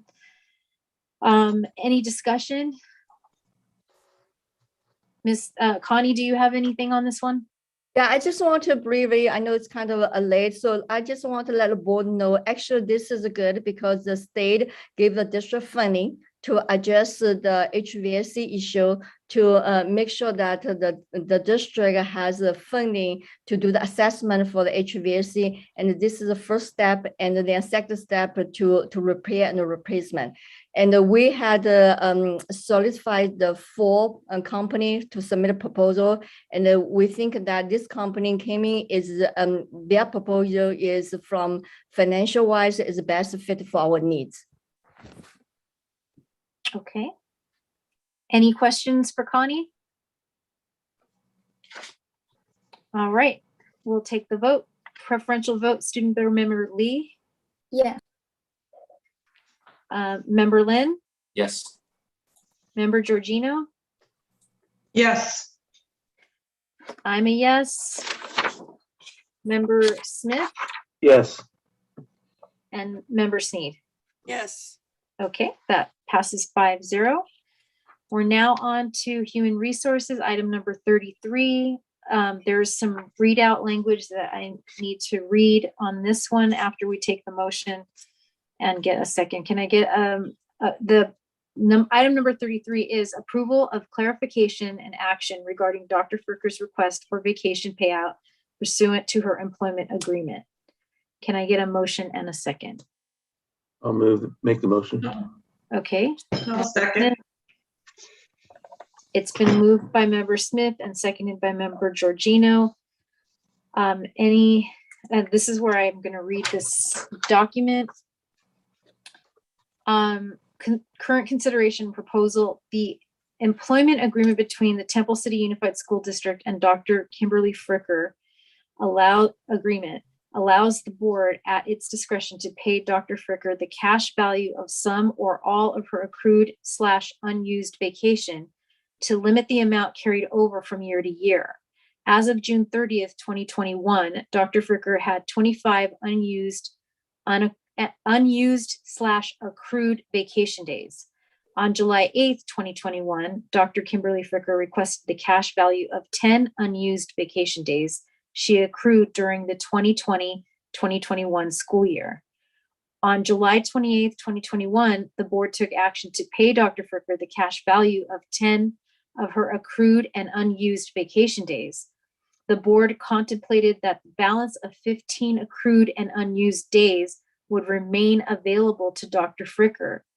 On August 8th, 2021, pursuant to paragraph 5G of her current employment agreement, Dr. Fricker requested that the board pay her the cash value of the remaining 15 unused vacation days in her account, which she accrued during the 2020-2021 school year.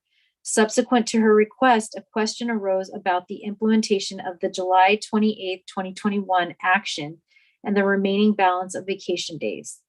So the recommendation, in order to clarify any ambiguity and address Dr. Fricker's additional request, the board is ratifying its decision to pay Dr. Fricker the cash value of 10 unused vacation days accrued during the 2020-2021 school year and approve payment for the cash value of the remaining 15 vacation days. Any additional thoughts or questions? It seems straightforward to me. We're just honoring the intent of the original contract. Yes, right. Absolutely. It's nothing new or different. It's just honoring the original intent. Okay, so let's go ahead and vote. Preferential vote, Student Board Member Lee. Yes. Okay, I am a yes. Member Smith, Yes. Member Georgino, Yes. Member Sneed, Yes. and Member Lynn. Yes. Okay, that passes 5-0. We now move on to the consent agenda, which is routine items approved by one motion and one vote unless a member of the board or audience requests that any item be reviewed and voted upon separately. Does anyone need to pull anything from the consent agenda before we vote? No? Okay, so may I get a motion and a second for approval of consent agenda? Member Sneed Second. is motioning and Member Lynn is the second. Let's go ahead and move into the vote. Preferential vote, Student Board Member Lee. Yes. Okay. Member Lynn, Yes. Member Sneed, Yes. Member Smith, Yes. I'm a yes, and Member Georgino. Yes. Okay, we are now at board requests / comments. Does any board member have any comments? Great job, Melissa. Thank you. Kudos. Yes. Thank you, Melissa. Whew, this was a heavy one. So I appreciate that. Okay, we'll move on to item number 40, future agenda items. We have visual and performing arts, accelerated high school college policy, and then dual language immersion program. Anything else that we want to add there yet? Again, okay. We will move on to item number 41, additional public comment on agendized and non-agendized items. Do we have any public comment? No, we don't. Okay, we will go on to item 42, which is to adjourn. Do I have a motion and a second to adjourn for tonight? So moved. Second. All right, moved by Member Smith, second by Member Lynn. Preferential vote, Student Board Member Lee. Yes. Okay, Member Georgino, Yes. Member Sneed, Yes. Member Smith, Yes. Member Lynn, Yes. and I am a yes, so that passes 5-0. We are adjourned at 10:04.